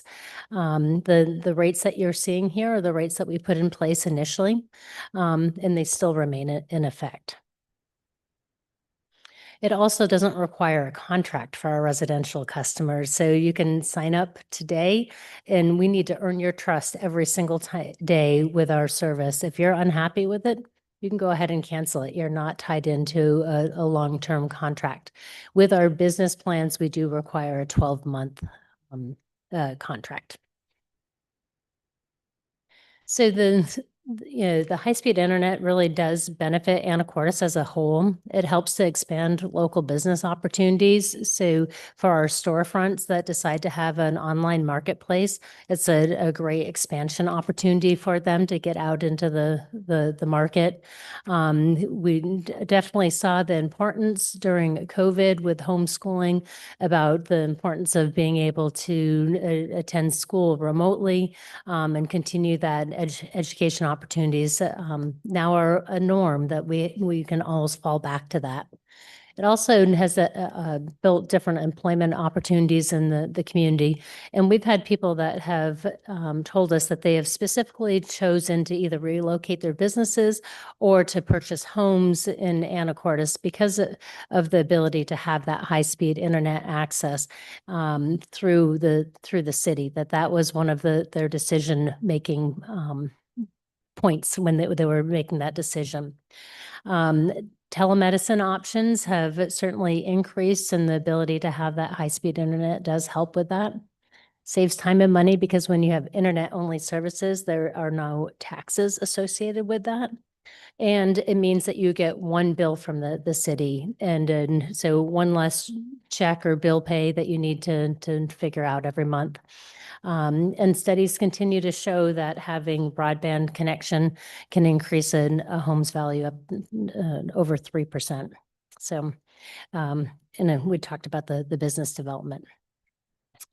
So this is our current fiber availability map, and I'm really pleased to see all of the green. And we have a couple areas that we are continuing to finish the construction on our EDA area. That was the Economic Development Administration. And we have a timeframe to have that done by next spring. And that will also include the ability to have those connections in place. So congratulations to the Anacortes community that this is actually coming to fruition. Tonight, I am presenting Ordinance 5007, and it's an update to the Anacortes Municipal Code. And it's a new section that we're adding in the municipal code area that addresses municipal fiber, 13.56.06. And it's an open data transport policy. This is another opportunity for us to potentially work with other service providers who may want to purchase some infrastructure through the city's infrastructure to provide their services. And so we were very careful as we were putting that language together and trying to figure out a way that would take into account what we have paid in the construction. And so that it would be very similar to what we have in terms of other leases that we have with the city, where we lease dark fiber from some people and they lease fiber from us and things. So this also makes reference to Chapter 1.30 of the Anacortes Municipal Code. And this is the section that addresses which contracts the mayor is authorized to sign in regard to municipal fiber contracts and which contracts or agreements I'm able to sign. Mayor Miller. Mr. Walters. With respect to the ordinance text, I just wanted to point out that the Fiber Committee reviewed the proposed language, and we had a meeting beforehand and offered some feedback, and including Mr. McDougall, who has some expertise in these matters. Thank you. That was something I definitely wanted to mention as well. So this is just a sample, some pictures of different installations, and maybe I did a disservice to the team because it looks like we only provide these services on beautiful sunny days, but on rainy and wet and pouring buckets days, staff are out making these connections, to homes and businesses in Anacortes. So. And the results really are shown here. This is an update from what was included in the packet. I wanted to make sure that we had the numbers of installations correct as of end of business today. So and as of this afternoon, we have 2,813 customers in service. You can look across all the different kind of areas of the different projects, segments that we've had, that we have just under 55% take rate. If you think back to what our business plan was, it required a 35% take rate. So we are more than meeting that. And we're bringing in monthly revenue of over $175,000 a month. That continues to grow. And we're looking forward to, continuing that trend. We do have over 1,300 additional customers who have orders in now that are still waiting to get put into service. I think there are a couple on the dais even, so that are coming shortly. So, just a reminder that we are local. When people call and have a question in regard to access Anacortes fiber internet, they're talking to somebody here in town. We know the neighborhoods. We know, specific information about Anacortes. So it's an easy person to talk to locally. But really, I also want to mention that Jim Lemberg, who is our broadband business manager, and really brought the communications background and the expertise to help with some of the very detailed work that needed to be happening as we were building and constructing the network, is retiring at the end of October. So I just wanted to publicly just thank him for his time, his expertise, expertise, his attention to detail, and let you know that he definitely will be missed, but I am very excited for him as he moves on to exploring retirement. So just, if you see Jim, please make a point to reach out and just to express your thanks for what he's done for our fiber. So, does anybody have any questions? All right. Thank you, Ms. Shu. And of course, thank you to Jim Lindberg, kind of the father of Access Anacortes Fiber. Okay. Council. Greatest presentation ever. And Mayor Miller? Mr. Fantini. I just wanted to take a quick moment since you're giving thanks to Jim to say, I had a couple, there have been a couple people that have come into the bank to see me, and I can always tell when someone is coming in to talk about city business because they head right to my desk, and I always get a little nervous, not sure what they're going to say. But to your point earlier about how great it is to have locals on this team, more than a few times, there have been praises sung of the teams that are doing these installs and just how careful they are, how friendly they are. So just a huge shout out to that team. Thank you. Thank you. All right. Item 6E, resolution is next, 3181, City Council procedures. This is a discussion item with possible action. And Ms. Swetnam, you must have thought there was going to be a bunch more questions, Ms. Shu, but no, kidding. All right. Whenever you're ready, Ms. Swetnam is going to talk to council about the updated council procedures. Thank you, Mayor Miller, members of council, and remaining members of the audience. So tonight, in lieu of slides, I'm going to go through the red line version of Resolution 3188, which is what updates the council procedures based on the meetings that we had, the work session and the subsequent discussion. So just kind of to start with, big thanks to Ms. Shu and to Mayor Miller. We've worked collaboratively to try to capture all of your comments and feedback. So we looked back at notes from those meetings and the comments that everybody submitted, as well as Mr. Franciak's notes. So my plan here is just to go through this and please stop as we work through sections with any comments or feedback if I've missed something, if we've inaccurately reflected something. And we may not get through all of this tonight. That's okay too. So table of contents obviously updated. I note that there are some formatting. Walters. I also want to say I thought staff did a great job of capturing all of our input. I have some edits, but that doesn't mean I didn't think that overall it was a great job. The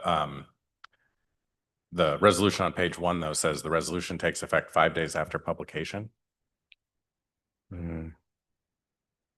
Correct. Would we strike that? Sure. Yeah, we talked about that one. That's a good To have it be effective January 1, right? Or pick a date for council. That's, I think, what we talked about. Yeah. That you we wouldn't publish a resolution, right? So okay. You might want to pick a date, I think. We might want to pick a date. Sure. I would. Yeah. Thank you. Good note there. I forgot about that one. Sorry. Yeah, me too. So that's why we're doing this. This is helpful. I want to mention that there are obviously some formatting issues. Those will get cleaned up as we get the content finalized. And so it is now my intention that we will have these long paragraphs in the index. We'll get that fixed. Yeah, so just shout out if you see something, I think is the best way. So starting with page 1 of actual substance, I did put in the link, Ms. Shu provided a comment. This is the link to the MRSC kind of onboarding for council members and electeds that we had talked about during the study session. Moving on to 1.1, there was a comment that we wanted to better identify council's authority and the procedures. So the current procedures do talk generally about the city council having authority to adopt procedures governing how you all work. So we just tried to add in some additional color there to fully express that council has broad authority as described in the statute to adopt procedures. Okay, there was a comment to replace in places where it was appropriate, the term mayor with chair when we were talking more generically about whoever was running the council meeting. Miller? Ms. Mold? So in section, all right, 2.2D, it says if the mayor and mayor pro tem are unavailable to chair a council meeting, the council members in attendance will appoint a chair. Did we not decide that that was just going to be the most recent mayor pro tem? Or that's certainly an option. The notes I had from the discussion was we should come up with something, Darcy come up with something. So this is what I came up with, but I'm happy to change that as council would like to change it. And the previous was just going by tradition, so. Right, so Thank you, Mr. Young. would advocate that, I mean, I think that that just makes sense and that, you know, de-necessitates any conversation of like, who should it be? And it turned out that's what you all did, Right. so. So the remaining council member with the longest tenure on council. No, you're comfortable with this? The previous mayor pro tem, so. Oh, the previous mayor pro tem, okay. Yes. Thank you. Mayor Miller. Oh, so Mr. Walters. I actually like the language that Ms. Swetnam came up with over the most recent mayor pro tem, because the most recent mayor pro tem might not be on council anymore, might have gotten voted out. So it could become more complicated. And this happens so infrequently, like it just happened last week. Yes. It seems ages ago. Okay. And so it was really easy. Okay, so fine. I take it back. All good. But it's good. I mean, there were definitely some places in the draft where Emily and the mayor and I talked about it. We just had to recommend something to start the discussion. So I think that's a good point. Okay, so moving on, we'll leave that alone. There was a lot of discussion about in several different of the buckets that we talked about, what the expectations and duties are for the clerk treasurer. And so you'll see this kind of reflected in a few places throughout the draft. But so we added in here that the clerk treasurer, in addition to preparing the agenda, will prepare all council meeting notices, will collect and record written public comments, which is something that happens now anyways. That person will note any requests for information made during a council meeting and follow up to ensure the requested information is provided in a timely manner. And that they will note any questions asked by members of the public during the public comment period and forward those questions to the staff member best able to respond. I didn't run that by Greg or Steve first, but they do that already. Okay. Moving on. So this was not discussed, but I added, there was an existing section on special meetings, just to be clear, to comply with the Open Public Meetings Act, there needs to always be an opportunity for public comment, even at those special meetings. Mayor Miller. Mr. Walters. Well, that is one I had highlighted. I thought the new OPMA requirement was for public comment before final action, but not at all meetings. I mean, I think of, you know, like a retreat might be a special meeting, a meeting of the PSRC might be a special meeting where we might not even be able to achieve a public comment period. I'm happy to go back and double check that. Yeah, my understanding is that we would need to have a public comment period at a special meeting, but I may have overlooked something. So. Well, and I might be wrong about that too. I know that the requirement for final action is for comment, but not necessarily verbal comment either. Mhm. But I just thought That's for true. special meetings, there would actually probably be circumstances where you have special types of meetings that it doesn't make sense. Okay, that's, yeah, great. We'll definitely double check that. Okay, there was a comment to clarify when an executive session can be called. Per the statute, council can convene to executive session at any time during the meeting if that need comes up during the meeting. So this additional language just clarifies that. Again, we're talking sort of generically about adjourning to executive session, replace mayor with chair. There was a comment to articulate the procedure for going into an executive session. And I felt like maybe we've already got that laid out here in subsection B, where we say that the chair will announce the general topic with the specific RCW citations, specify whether council will reconvene afterwards, the estimated amount of time, and announce that council won't take any final action. I think that covers all of the points in the statute that we're required to announce or going to executive session. But if there are additional procedures that council would like to see articulated there, I'm happy to add that in. There was some kind of discussion about adding script language in the procedures, and I did not do that because it felt awkward and like we were putting too many words in the procedures when I tried to put that in. Seems like not exactly council procedure language to have scripts in the procedures, if that makes sense. But It seemed more like chair procedures. correct. Okay, moving on. There was a comment to clarify, of course, council members or participants in executive session are prohibited from disclosing the contents of that discussion. And so there was a request to clarify that any unauthorized disclosure in violation of this subsection would be a violation of 4223-0704, which is correct, and subject the disclosing party to the penalties outlined in 4223-050. Retreats, I just added the subsection that wasn't there. Getting down into council meeting, attendance required.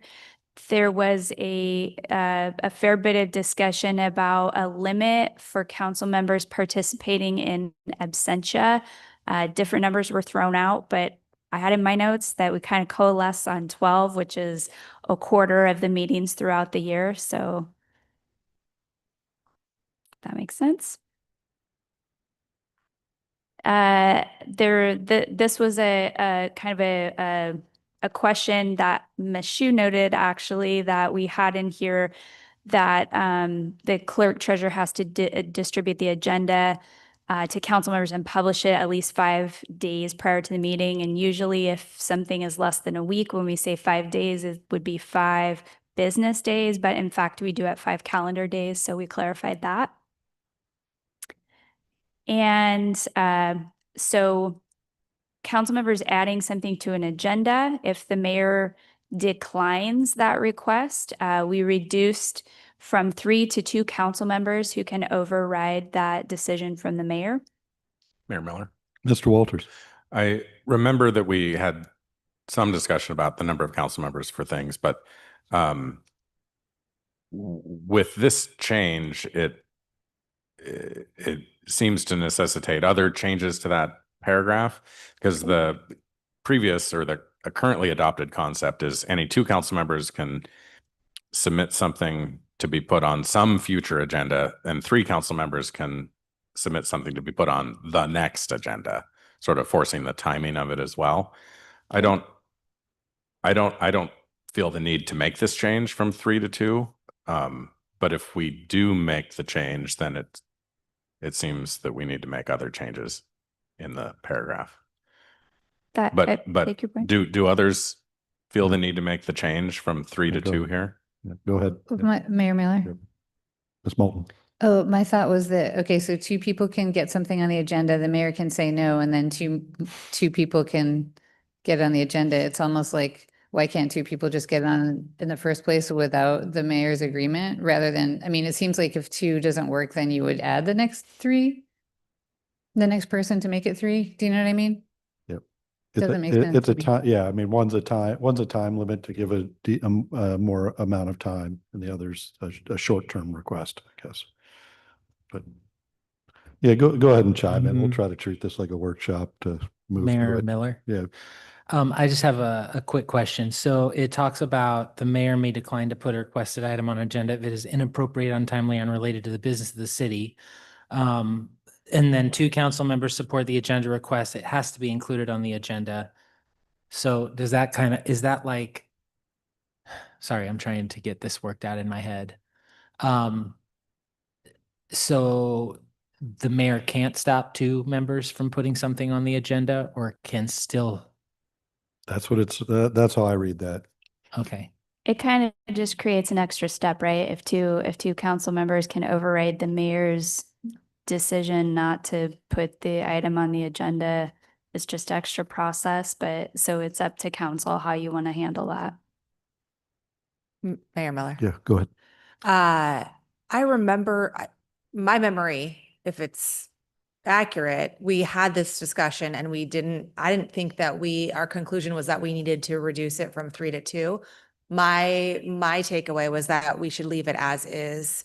And I still feel that way. I think if it's 2 nominating it, the mayor's fine with it, it moves forward. If it's something that is really necessary and timely, which I think we've seen a couple of times. Yeah, if you can get 3 council members to agree on it, then yeah, I think it should be the timeline should be accelerated. So I would go back to if 3 council members support the agenda request. I agree. I actually agree with that. And I do have that in my notes that we had a pretty thorough discussion around it at the round table and Any we left it at objections? agree. Objections? No, okay. Great. So in that section, we deleted on the 2nd and 4th regular meeting of each month, items requiring final action should not be scheduled. We've addressed the work session differently in here, so that. Quick, one other small clarification. Sorry. I'm just recently starting to not be able to see, so I've added these and I'm not used to them. When it talks about publishing the agenda, is that just the agenda? That's not the entire packet? Is that correct? Or is it 5 calendar days to publish the agenda? Does that include the entire packet or just the agenda? You're talking about here? It's on 5.1, 5.1B. So that's the agenda is just the agenda. It's not Just the the packet. agenda, not Correct. the packet. We Okay. get to the packet in 5.4. Okay. Yeah.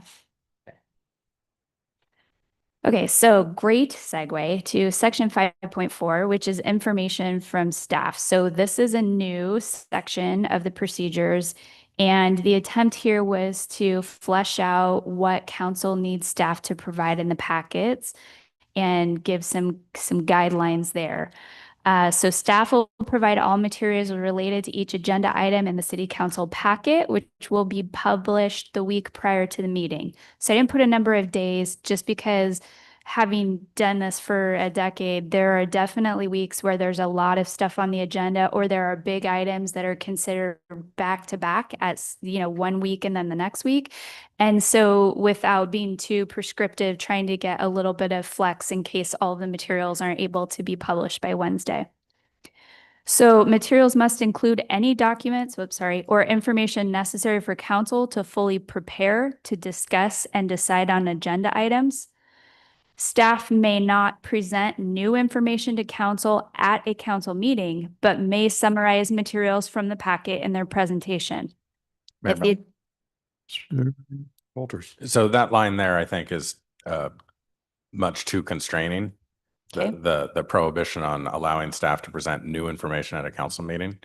I think the objective was something significantly different than that.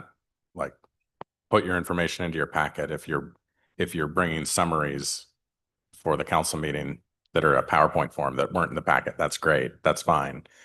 But I would definitely either delete that line or substantially rework it. I think it's even fine without the line being in there. Maybe it's a little too prescriptive, Okay. but I don't think staff should be told they may not present new information at a council meeting.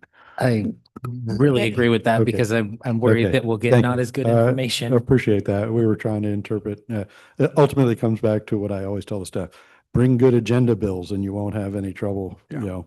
Well, Uh, and what about something like staff are encouraged to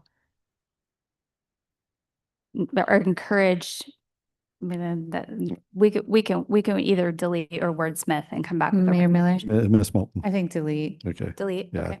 I think Yeah, we- in your prior sentence where necessary for council to fully prepare, I think largely captures it.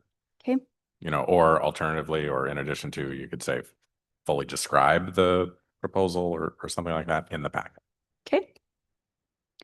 Great. If the agenda item includes a physical location, a map must be included. Love it. thoughts. Okay. So we put it down in your procedures, and the map will come.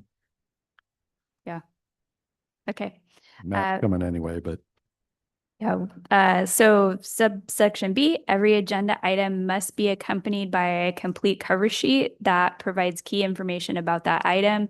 The cover sheet must include the following. So there was a discussion about having kind of separate requirements for contracts versus other agenda items.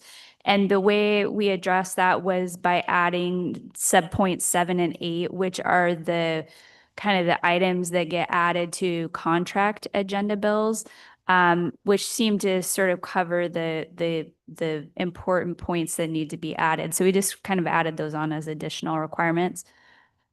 So quickly, the agenda items that have to be included are background information, procedural history. I know council mentioned that it was really helpful to note where the item had come from, if it had been considered in the past, budget information.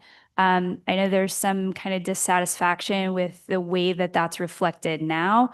So I tried to describe that a little bit more broadly by saying budget impact of the agenda item and any funding sources. Previous actions completed, again, summary and links to materials from previous council sessions. Staff contact. So I know there was some question about wanting to articulate what that means. The name of an individual staff member who council members may contact if they need additional information. Recommended action, if any, and then key terms and competitive bidding if we're talking about a contract. So the clerk treasurer or their designee will record and request any requests for additional information made by council members during the meetings. Here again is where we kind of get back to some of those duties that the clerk treasurer has to make sure we're following up with council members when you have questions during the meeting, during the discussion of an agenda item. Mayor Miller. Mr. Walter. I thought that subparagraph is duplicative of the section where it talks about the clerk treasurer's responsibilities. It And is. I think I would just delete that because I think that's covered elsewhere. We actually discussed that exact point. All right.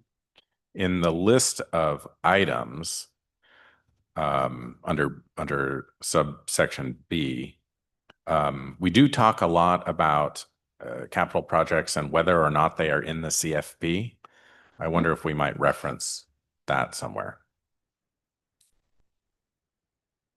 Mayor Miller. Okay. Ms. Hubick. Could that just be added to the budget information section? Yeah. Like a subset of it?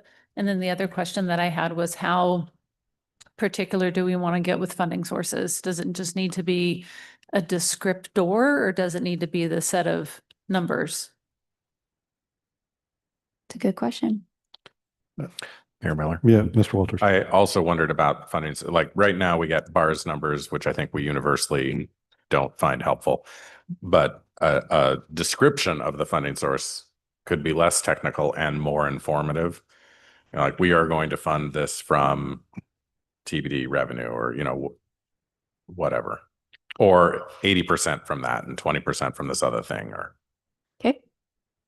But I don't know if that means we need to add more to this section or if that can just be understood. I mean, but we can kind of work on the wording here to say budget information would include the budget impact of the agenda, a description of funding sources, and whether it relates to a project that's in a The capital. CFP, yeah. Yeah. Okay, good edits. New subpoint, which I guess will be moved up to C now. Staff will provide council with notice of quasi judicial matters that may come before city council for consideration so that council can avoid ex parte communication in violation of the appearance of fairness doctrine. Mayor Miller. Mr. Walters. This one I did not think fit here because it doesn't have to do with what's happening in a meeting. It needs to be conveyed much earlier. So I don't know where it should live. Maybe section. No, I don't have a suggestion. Yeah, we were trying to find a good session to put this in. The whole information from staff concept started out a little more broad than how it ended up. So I take your point. We'll find a better place to put that in. Okay. All right. Moving on. So consent agenda items, these are items eligible for inclusion in the consent agenda. There were a couple of these that we specifically talked about that were recommendations from the legal department and from the contract staff, specifically 7. We have a lot of public works contracts under $200,000 that aren't publicly bid. Again, purchase or personal services. Oftentimes those are agreements that are not on standard city forms. They come from service providers or contractors that insist on using their contracts. We added in here contracts for goods, materials, and supplies not connected with a public works project, less than or equal to $100,000. And these next two are places where I just put a dollar figure in to kind of let council start the discussion. We did talk about the fact that there are some interlocal agreements that maybe ought to be able to be included on the consent agenda because they're relatively straightforward or include a low dollar threshold. I think Mr. Walters during the discussion brought up a really good point that sometimes those low dollar figure interlocal agreements have a lot of impact and have a lot of importance to the community. So whether it's a dollar figure or some other metric that council would like, do you all want to allow some interlocal agreements to be eligible for the consent agenda? And again, I feel it's important to say that just because it's on the consent agenda does not mean any council member can pull it off and make it as a public discussion as they want it to be. But Mayor Miller? yeah, Ms. Moulton. Could it be something like, I mean, there are some that we adopt year after year. Could it be, I'm just throwing this out here. Previously approved or Yes. something. Okay. And I'm not married to that idea, but it seems reasonable. Mm-hmm. Other thoughts? Mayor Miller. Yep, Mr. Walters. I think at first glance, I was not concerned about just the dollar threshold. Under modifications to interlocal agreements, I thought maybe an additional adjective like simple modifications or something, non-controversial. Yeah. Okay. Don't put that word in, but ordinary. Guessing which ones are non-controversial is fraught with peril. Okay. We can think about that. So some additional, because the ones that we had in mind when we were recommending that were the no cost time extension modifications to interlocal agreements for funding where we don't get through spending all the money. So yeah, what's the one word that captures that? Cost neutral, maybe. Maybe even with some costs would be okay. Again, because we can pull them off. Yeah. True. Okay. And then modifications of any contract less than or equal to $100,000 or 10% of the total contract amount, whichever is less. This comes up sometimes with, projects, construction projects where we have a lot of little, small contract modifications, but because the original project, may be over whatever needs to come to council, you end up with a number of modifications that end up being stuck in the other business section and warrant a full presentation, which might be overkill. Okay, we'll do some more work on that section. And okay, so the work sessions.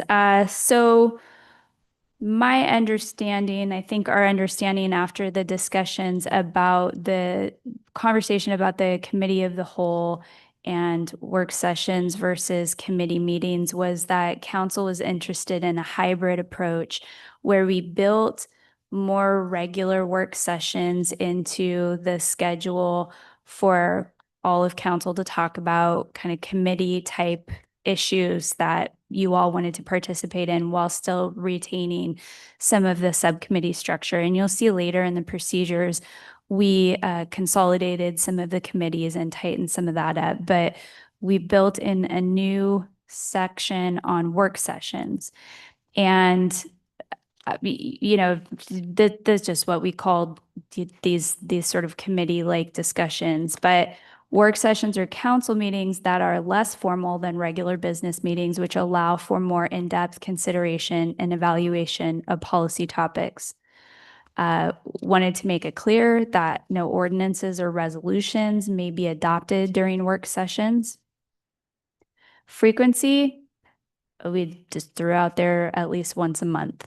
But there wasn't, from my understanding, a consensus from council about how often you wanted to have those types of discussions. So if that's something you want to change, we did try to say at least once a month. So there's an option to schedule those work sessions more frequently than that if council's working on something that you want to talk about in work session more often than once a month. And the procedures that we recommended was, first of all, the items can be placed on work session agendas following the same procedures as regular council meetings. And that could be, two council members of a subcommittee. If you have a topic that you think should come before all of council, you can either ask the mayor to put it on the agenda, or two council members that are in that subcommittee can ask that it be put on the agenda. Work sessions may be scheduled either during a regular council meeting or may be noted as a special meeting.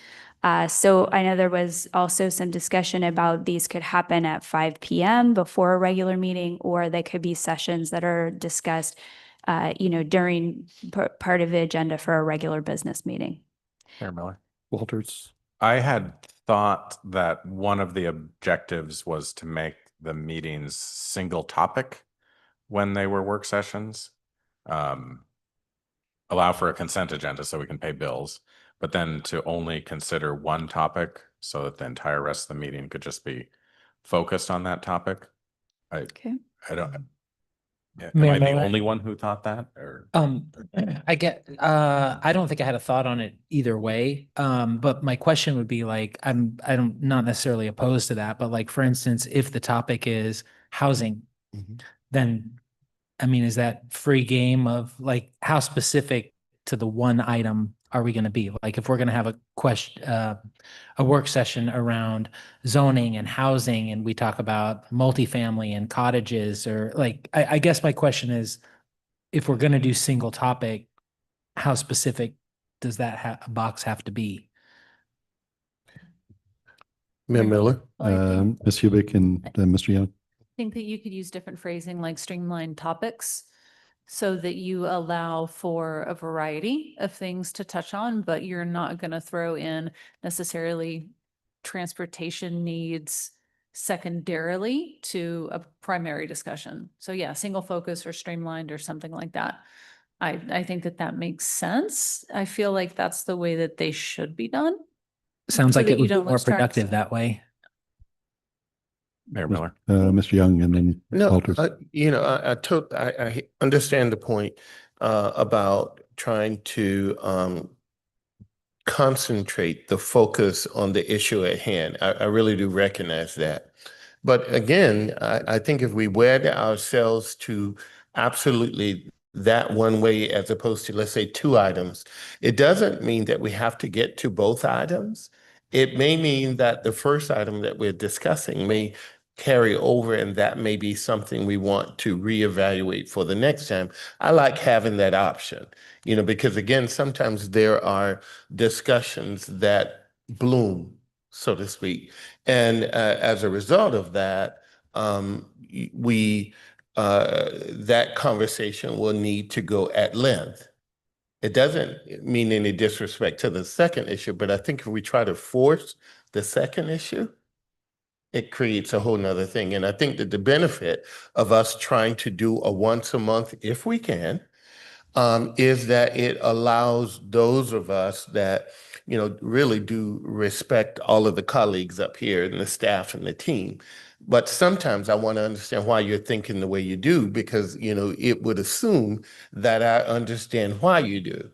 And so sometimes there's a bit more background that takes a little bit more time, but then sometimes it doesn't. And so if we do have the time and we got a second item on the agenda, I say, let's move into it.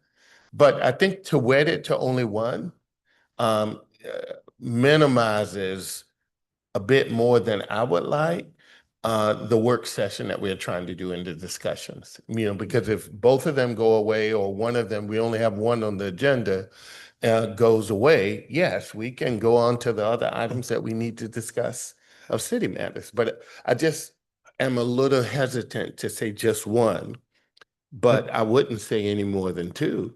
Well, But okay. But I think what you're arguing, potentially one subject could be a planning department update. Yes. Could that be one subject? Mr. Walters was next. So the And reason Ms. I McGrath. the reason I posed that question is because, well, twofold. Under 7.3B, we're saying that you can schedule a work session during a regular council meeting, but we can put an item on the regular council meeting agenda now without any of this stuff about work sessions. So I thought what we were trying to do was get to a place where we could have, well, as described here, a in-depth consideration and evaluation of policy topics. And I thought the way we were achieving that was clearing everything else off the plate. No committee reports and, well, Pledge of Allegiance, yes, but and the consent agenda, but not a whole bunch of other stuff, and just do the one thing. That's what I thought we were doing. If we are inserting work sessions into the middle of a regular meeting agenda, then do you achieve those outcomes? Do you get the focus, or do you feel like, well, we got these other things on the agenda, I kind of want to get to those so I can go home? So my concern is that if it is a single topic or two topic, but if it is just the focus discussion, then I really wonder if we could find one for every month. And I think that the prescribed frequency here would be an error, that we shouldn't prescribe that. But you do have language in 11.5G way down lower in the document that I think should be brought up into this section. And it says topics that span more than one council committee should be presented and discussed at work sessions to comply with the OPMA and avoid serial meetings. I think more fleshing out of the things that you want to do in a work session would be great in the work session section. Like why would you choose a work session format versus something else? Well, because it's a topic that spans more than one council meeting, or it's really detailed and you need to spend a lot of time on it at one council meeting, or it involves multiple committees. That's somewhere in here, right? 11. Yeah.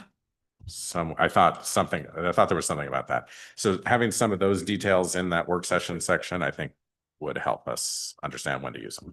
Great. I think Mrs. Cleveland-McGrath, you were up. Thank you. I'm in agreement to just get rid of the frequency requirement. And I hear what Mr. Young is saying, but I also think that in 7.3 C, it says council may request specific materials prepared by staff in preparation for work session. Staff will prepare packet materials following the same requirements for regular council meetings.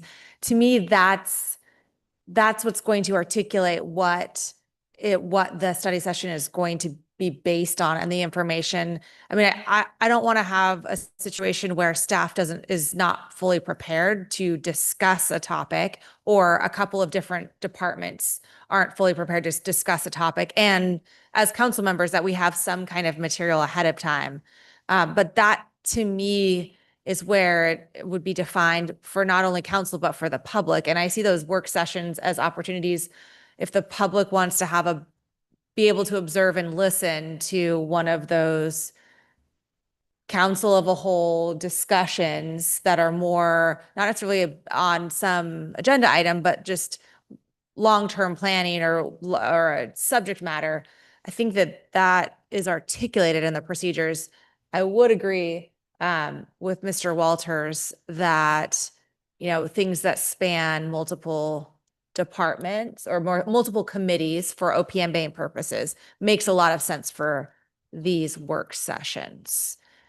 I see them as kind of subject matters where it's, hey, this is an upcoming problem or an upcoming concern. We want to be able to have a roundtable discussion about it prior to seeing something put on the agenda, like a ordinance or a contract or something, right? Like, this is our opportunity to really have free-flowing discussion. Mayor Miller? Ms. Moulton, did you have something? I do, thank you. So I agree with I agree with deleting frequency. And I also agree that it's a perfect opportunity for committee of the whole when the discussions span multiple committees. So for example, the event center, some public safety stuff that's going on that's involved, or like, public works and planning. There are lots of those things. So I think that's, I like the idea of that. Mayor Miller. Thank you, Mayor Miller. Just hearing my fellow council members and their perspective on that, this issue does have opportunity to be addressed at various points already. So I'm okay with this, that view now. And I think that it doesn't negate the opportunity to bring those issues forward and have a great discussion. And so I'm in agreement with that now. Yeah. Thank you. Mayor Miller, thank you. I actually agree too about the single topic, however you want to encompass that. I think that's a good thing. I am a little worried about just completely deleting frequency, because I feel like sometimes if there's not something in here that encourages us to do something, then we just forget and we might not do it. So I guess my question would be, what if instead of saying council will hold a work session at least once a month, we said something like council may hold a work session? Because, or we could leave it as will as well. And just, if we don't have anything, we don't have anything. I just, I worry about deleting it completely, because I feel like then it gets a little lost. Mayor Miller? Ms. Moulton, then Mr. Walters. Yes, so I'm fine with May. I also think if we are sort of defining subject matter that more than one committee is involved in, that we're just going to do it. And I feel like we have a commitment to it that we haven't had before. And this is a great way to move some of the ideas we've talked about earlier forward. And yes, that's it. Mr. Walters. I hear what Mr. Fantini is saying, but I would still delete frequency. I think May would serve then as a limitation. What if you wanted to hold more than one work session? I think if we find the work sessions valuable, we will start holding them, so long as there is a process for getting them on the agenda. And I think that's the most valuable thing. I continue to oppose limiting council such that you couldn't have a business meeting 4 times a month, because we've got a lot of actual work to do and things to approve. But I think the way we've constructed this with a future description of the types of things that we're going to put into the work session format will help us to remember that. And then once we start using it, we'll be fine. Mayor McGrath, I think you had something. Sorry. Thank you. Yeah, I was under kind of trying to debate whether it was, I think once a month might be too frequent. Quarterly doesn't seem quite frequent enough. I'm inclined to get rid of the frequency, but I also would like to have this, the work session discussion at our retreat, so that maybe we can generate a list of topics so staff knows and the rest of council knows kind of and I think it kind of comes up what our concerns are. But at the retreat in the spring, that's kind of our opportunity to identify and discuss as a group kind of what concerns are we having for the next 12, 18 months to 2 years. And so that we can kind of maybe put that on a rough calendar and staff then knows what to expect in the near future. Yeah, go ahead, Mr. Fantini. So that's a good idea, also. It talks about how items may be placed on work sessions agendas following the same procedure as regular council meetings. But I think I'm missing, if we delete the frequency part of it, which sounds like we're probably going to do, then how do we make a work session happen? I think it would be the same process as any council agenda. I mean, we just have pre-existing agendas, but if two council members say, hey, we want to have a work session next month and, reach out to the mayor, follow the normal procedures, then that would get scheduled. Would the mayor then be required to, like, now it's 3, then he or she is required to add it to the agenda? Is it the same kind of thing with work sessions where if we have 3 council members requesting a work session, then the mayor is required to make time for that within, and does that need to be in here if we're deleting frequency? Well, I think that was the intention, is that if council wants to have a work session and some future evil mayor who is not in this room says no, then 3 council members could override that. Now, there's going to have to be some give and take because there will be business of the city that's going to have to get done. So ideally, the council and the mayor are communicating and everybody's working together and, trying to accommodate those things. So I think, there's 2 ways to go setting out processes that you're trying to imagine how they'll hypothetically be used in the procedure. And that's to get really into the details and try to program out every, eventuality that you can think of, or to kind of leave things a little more vague. And I mean, it's up to council which direction you want to go. I think by saying that we follow the same processes for a regular agenda, that seems to give a roadmap for how we would schedule them without a frequency. But worst case, the current procedures, I think, would allow 3 council members to say, I want to put a work session agenda item, 6B. I would like a work session on X. Yeah. And then we'd still have, do our agenda. That's really all council's kind of debating on removing that, but I don't think there's desire for council to remove the business consent agenda just because there's a work session. Okay. Thank you. Mayor Miller. Yeah, Mr. Walters. Yeah, I think we've landed on it here. And I would also point out that retreats are not mentioned in here at all, but we still have them. Because we can, we just all agree that we want to have a retreat and they're a special meeting. They fit in here. And we do have retreats in here. oh, I just searched for the word retreat.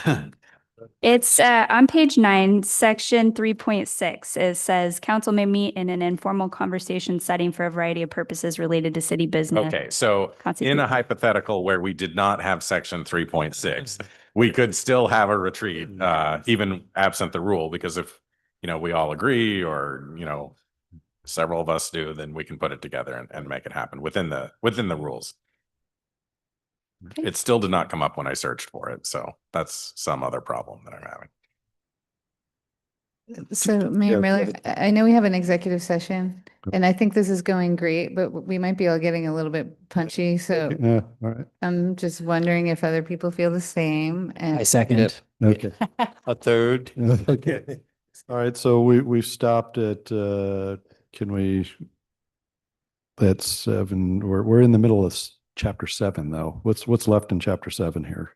I think it's really the, That it- the only things left in Okay. chapter 7 are 7.3 subpoint C, which is that council can request specific materials to Okay. be prepared by staff. And then D, which is that council may request staff to set up alternative seating arrangements. So Council wants to pick it up at chapter 8, a new chapter 8. Okay. All right.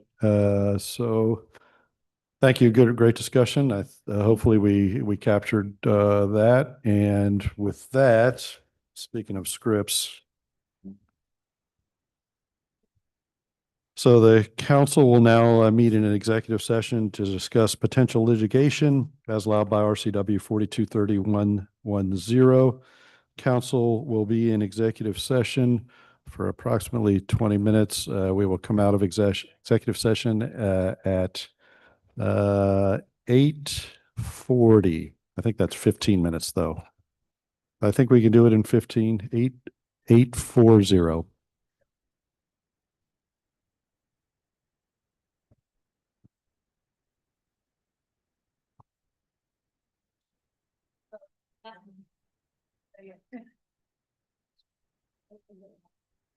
Couldn't figure it out. Why isn't it lit?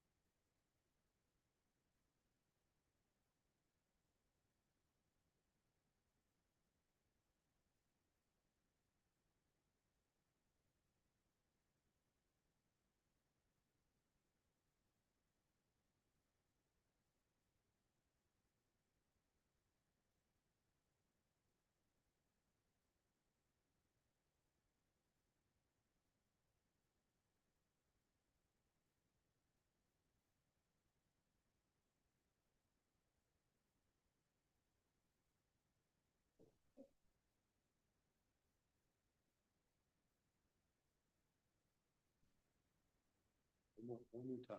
No more time.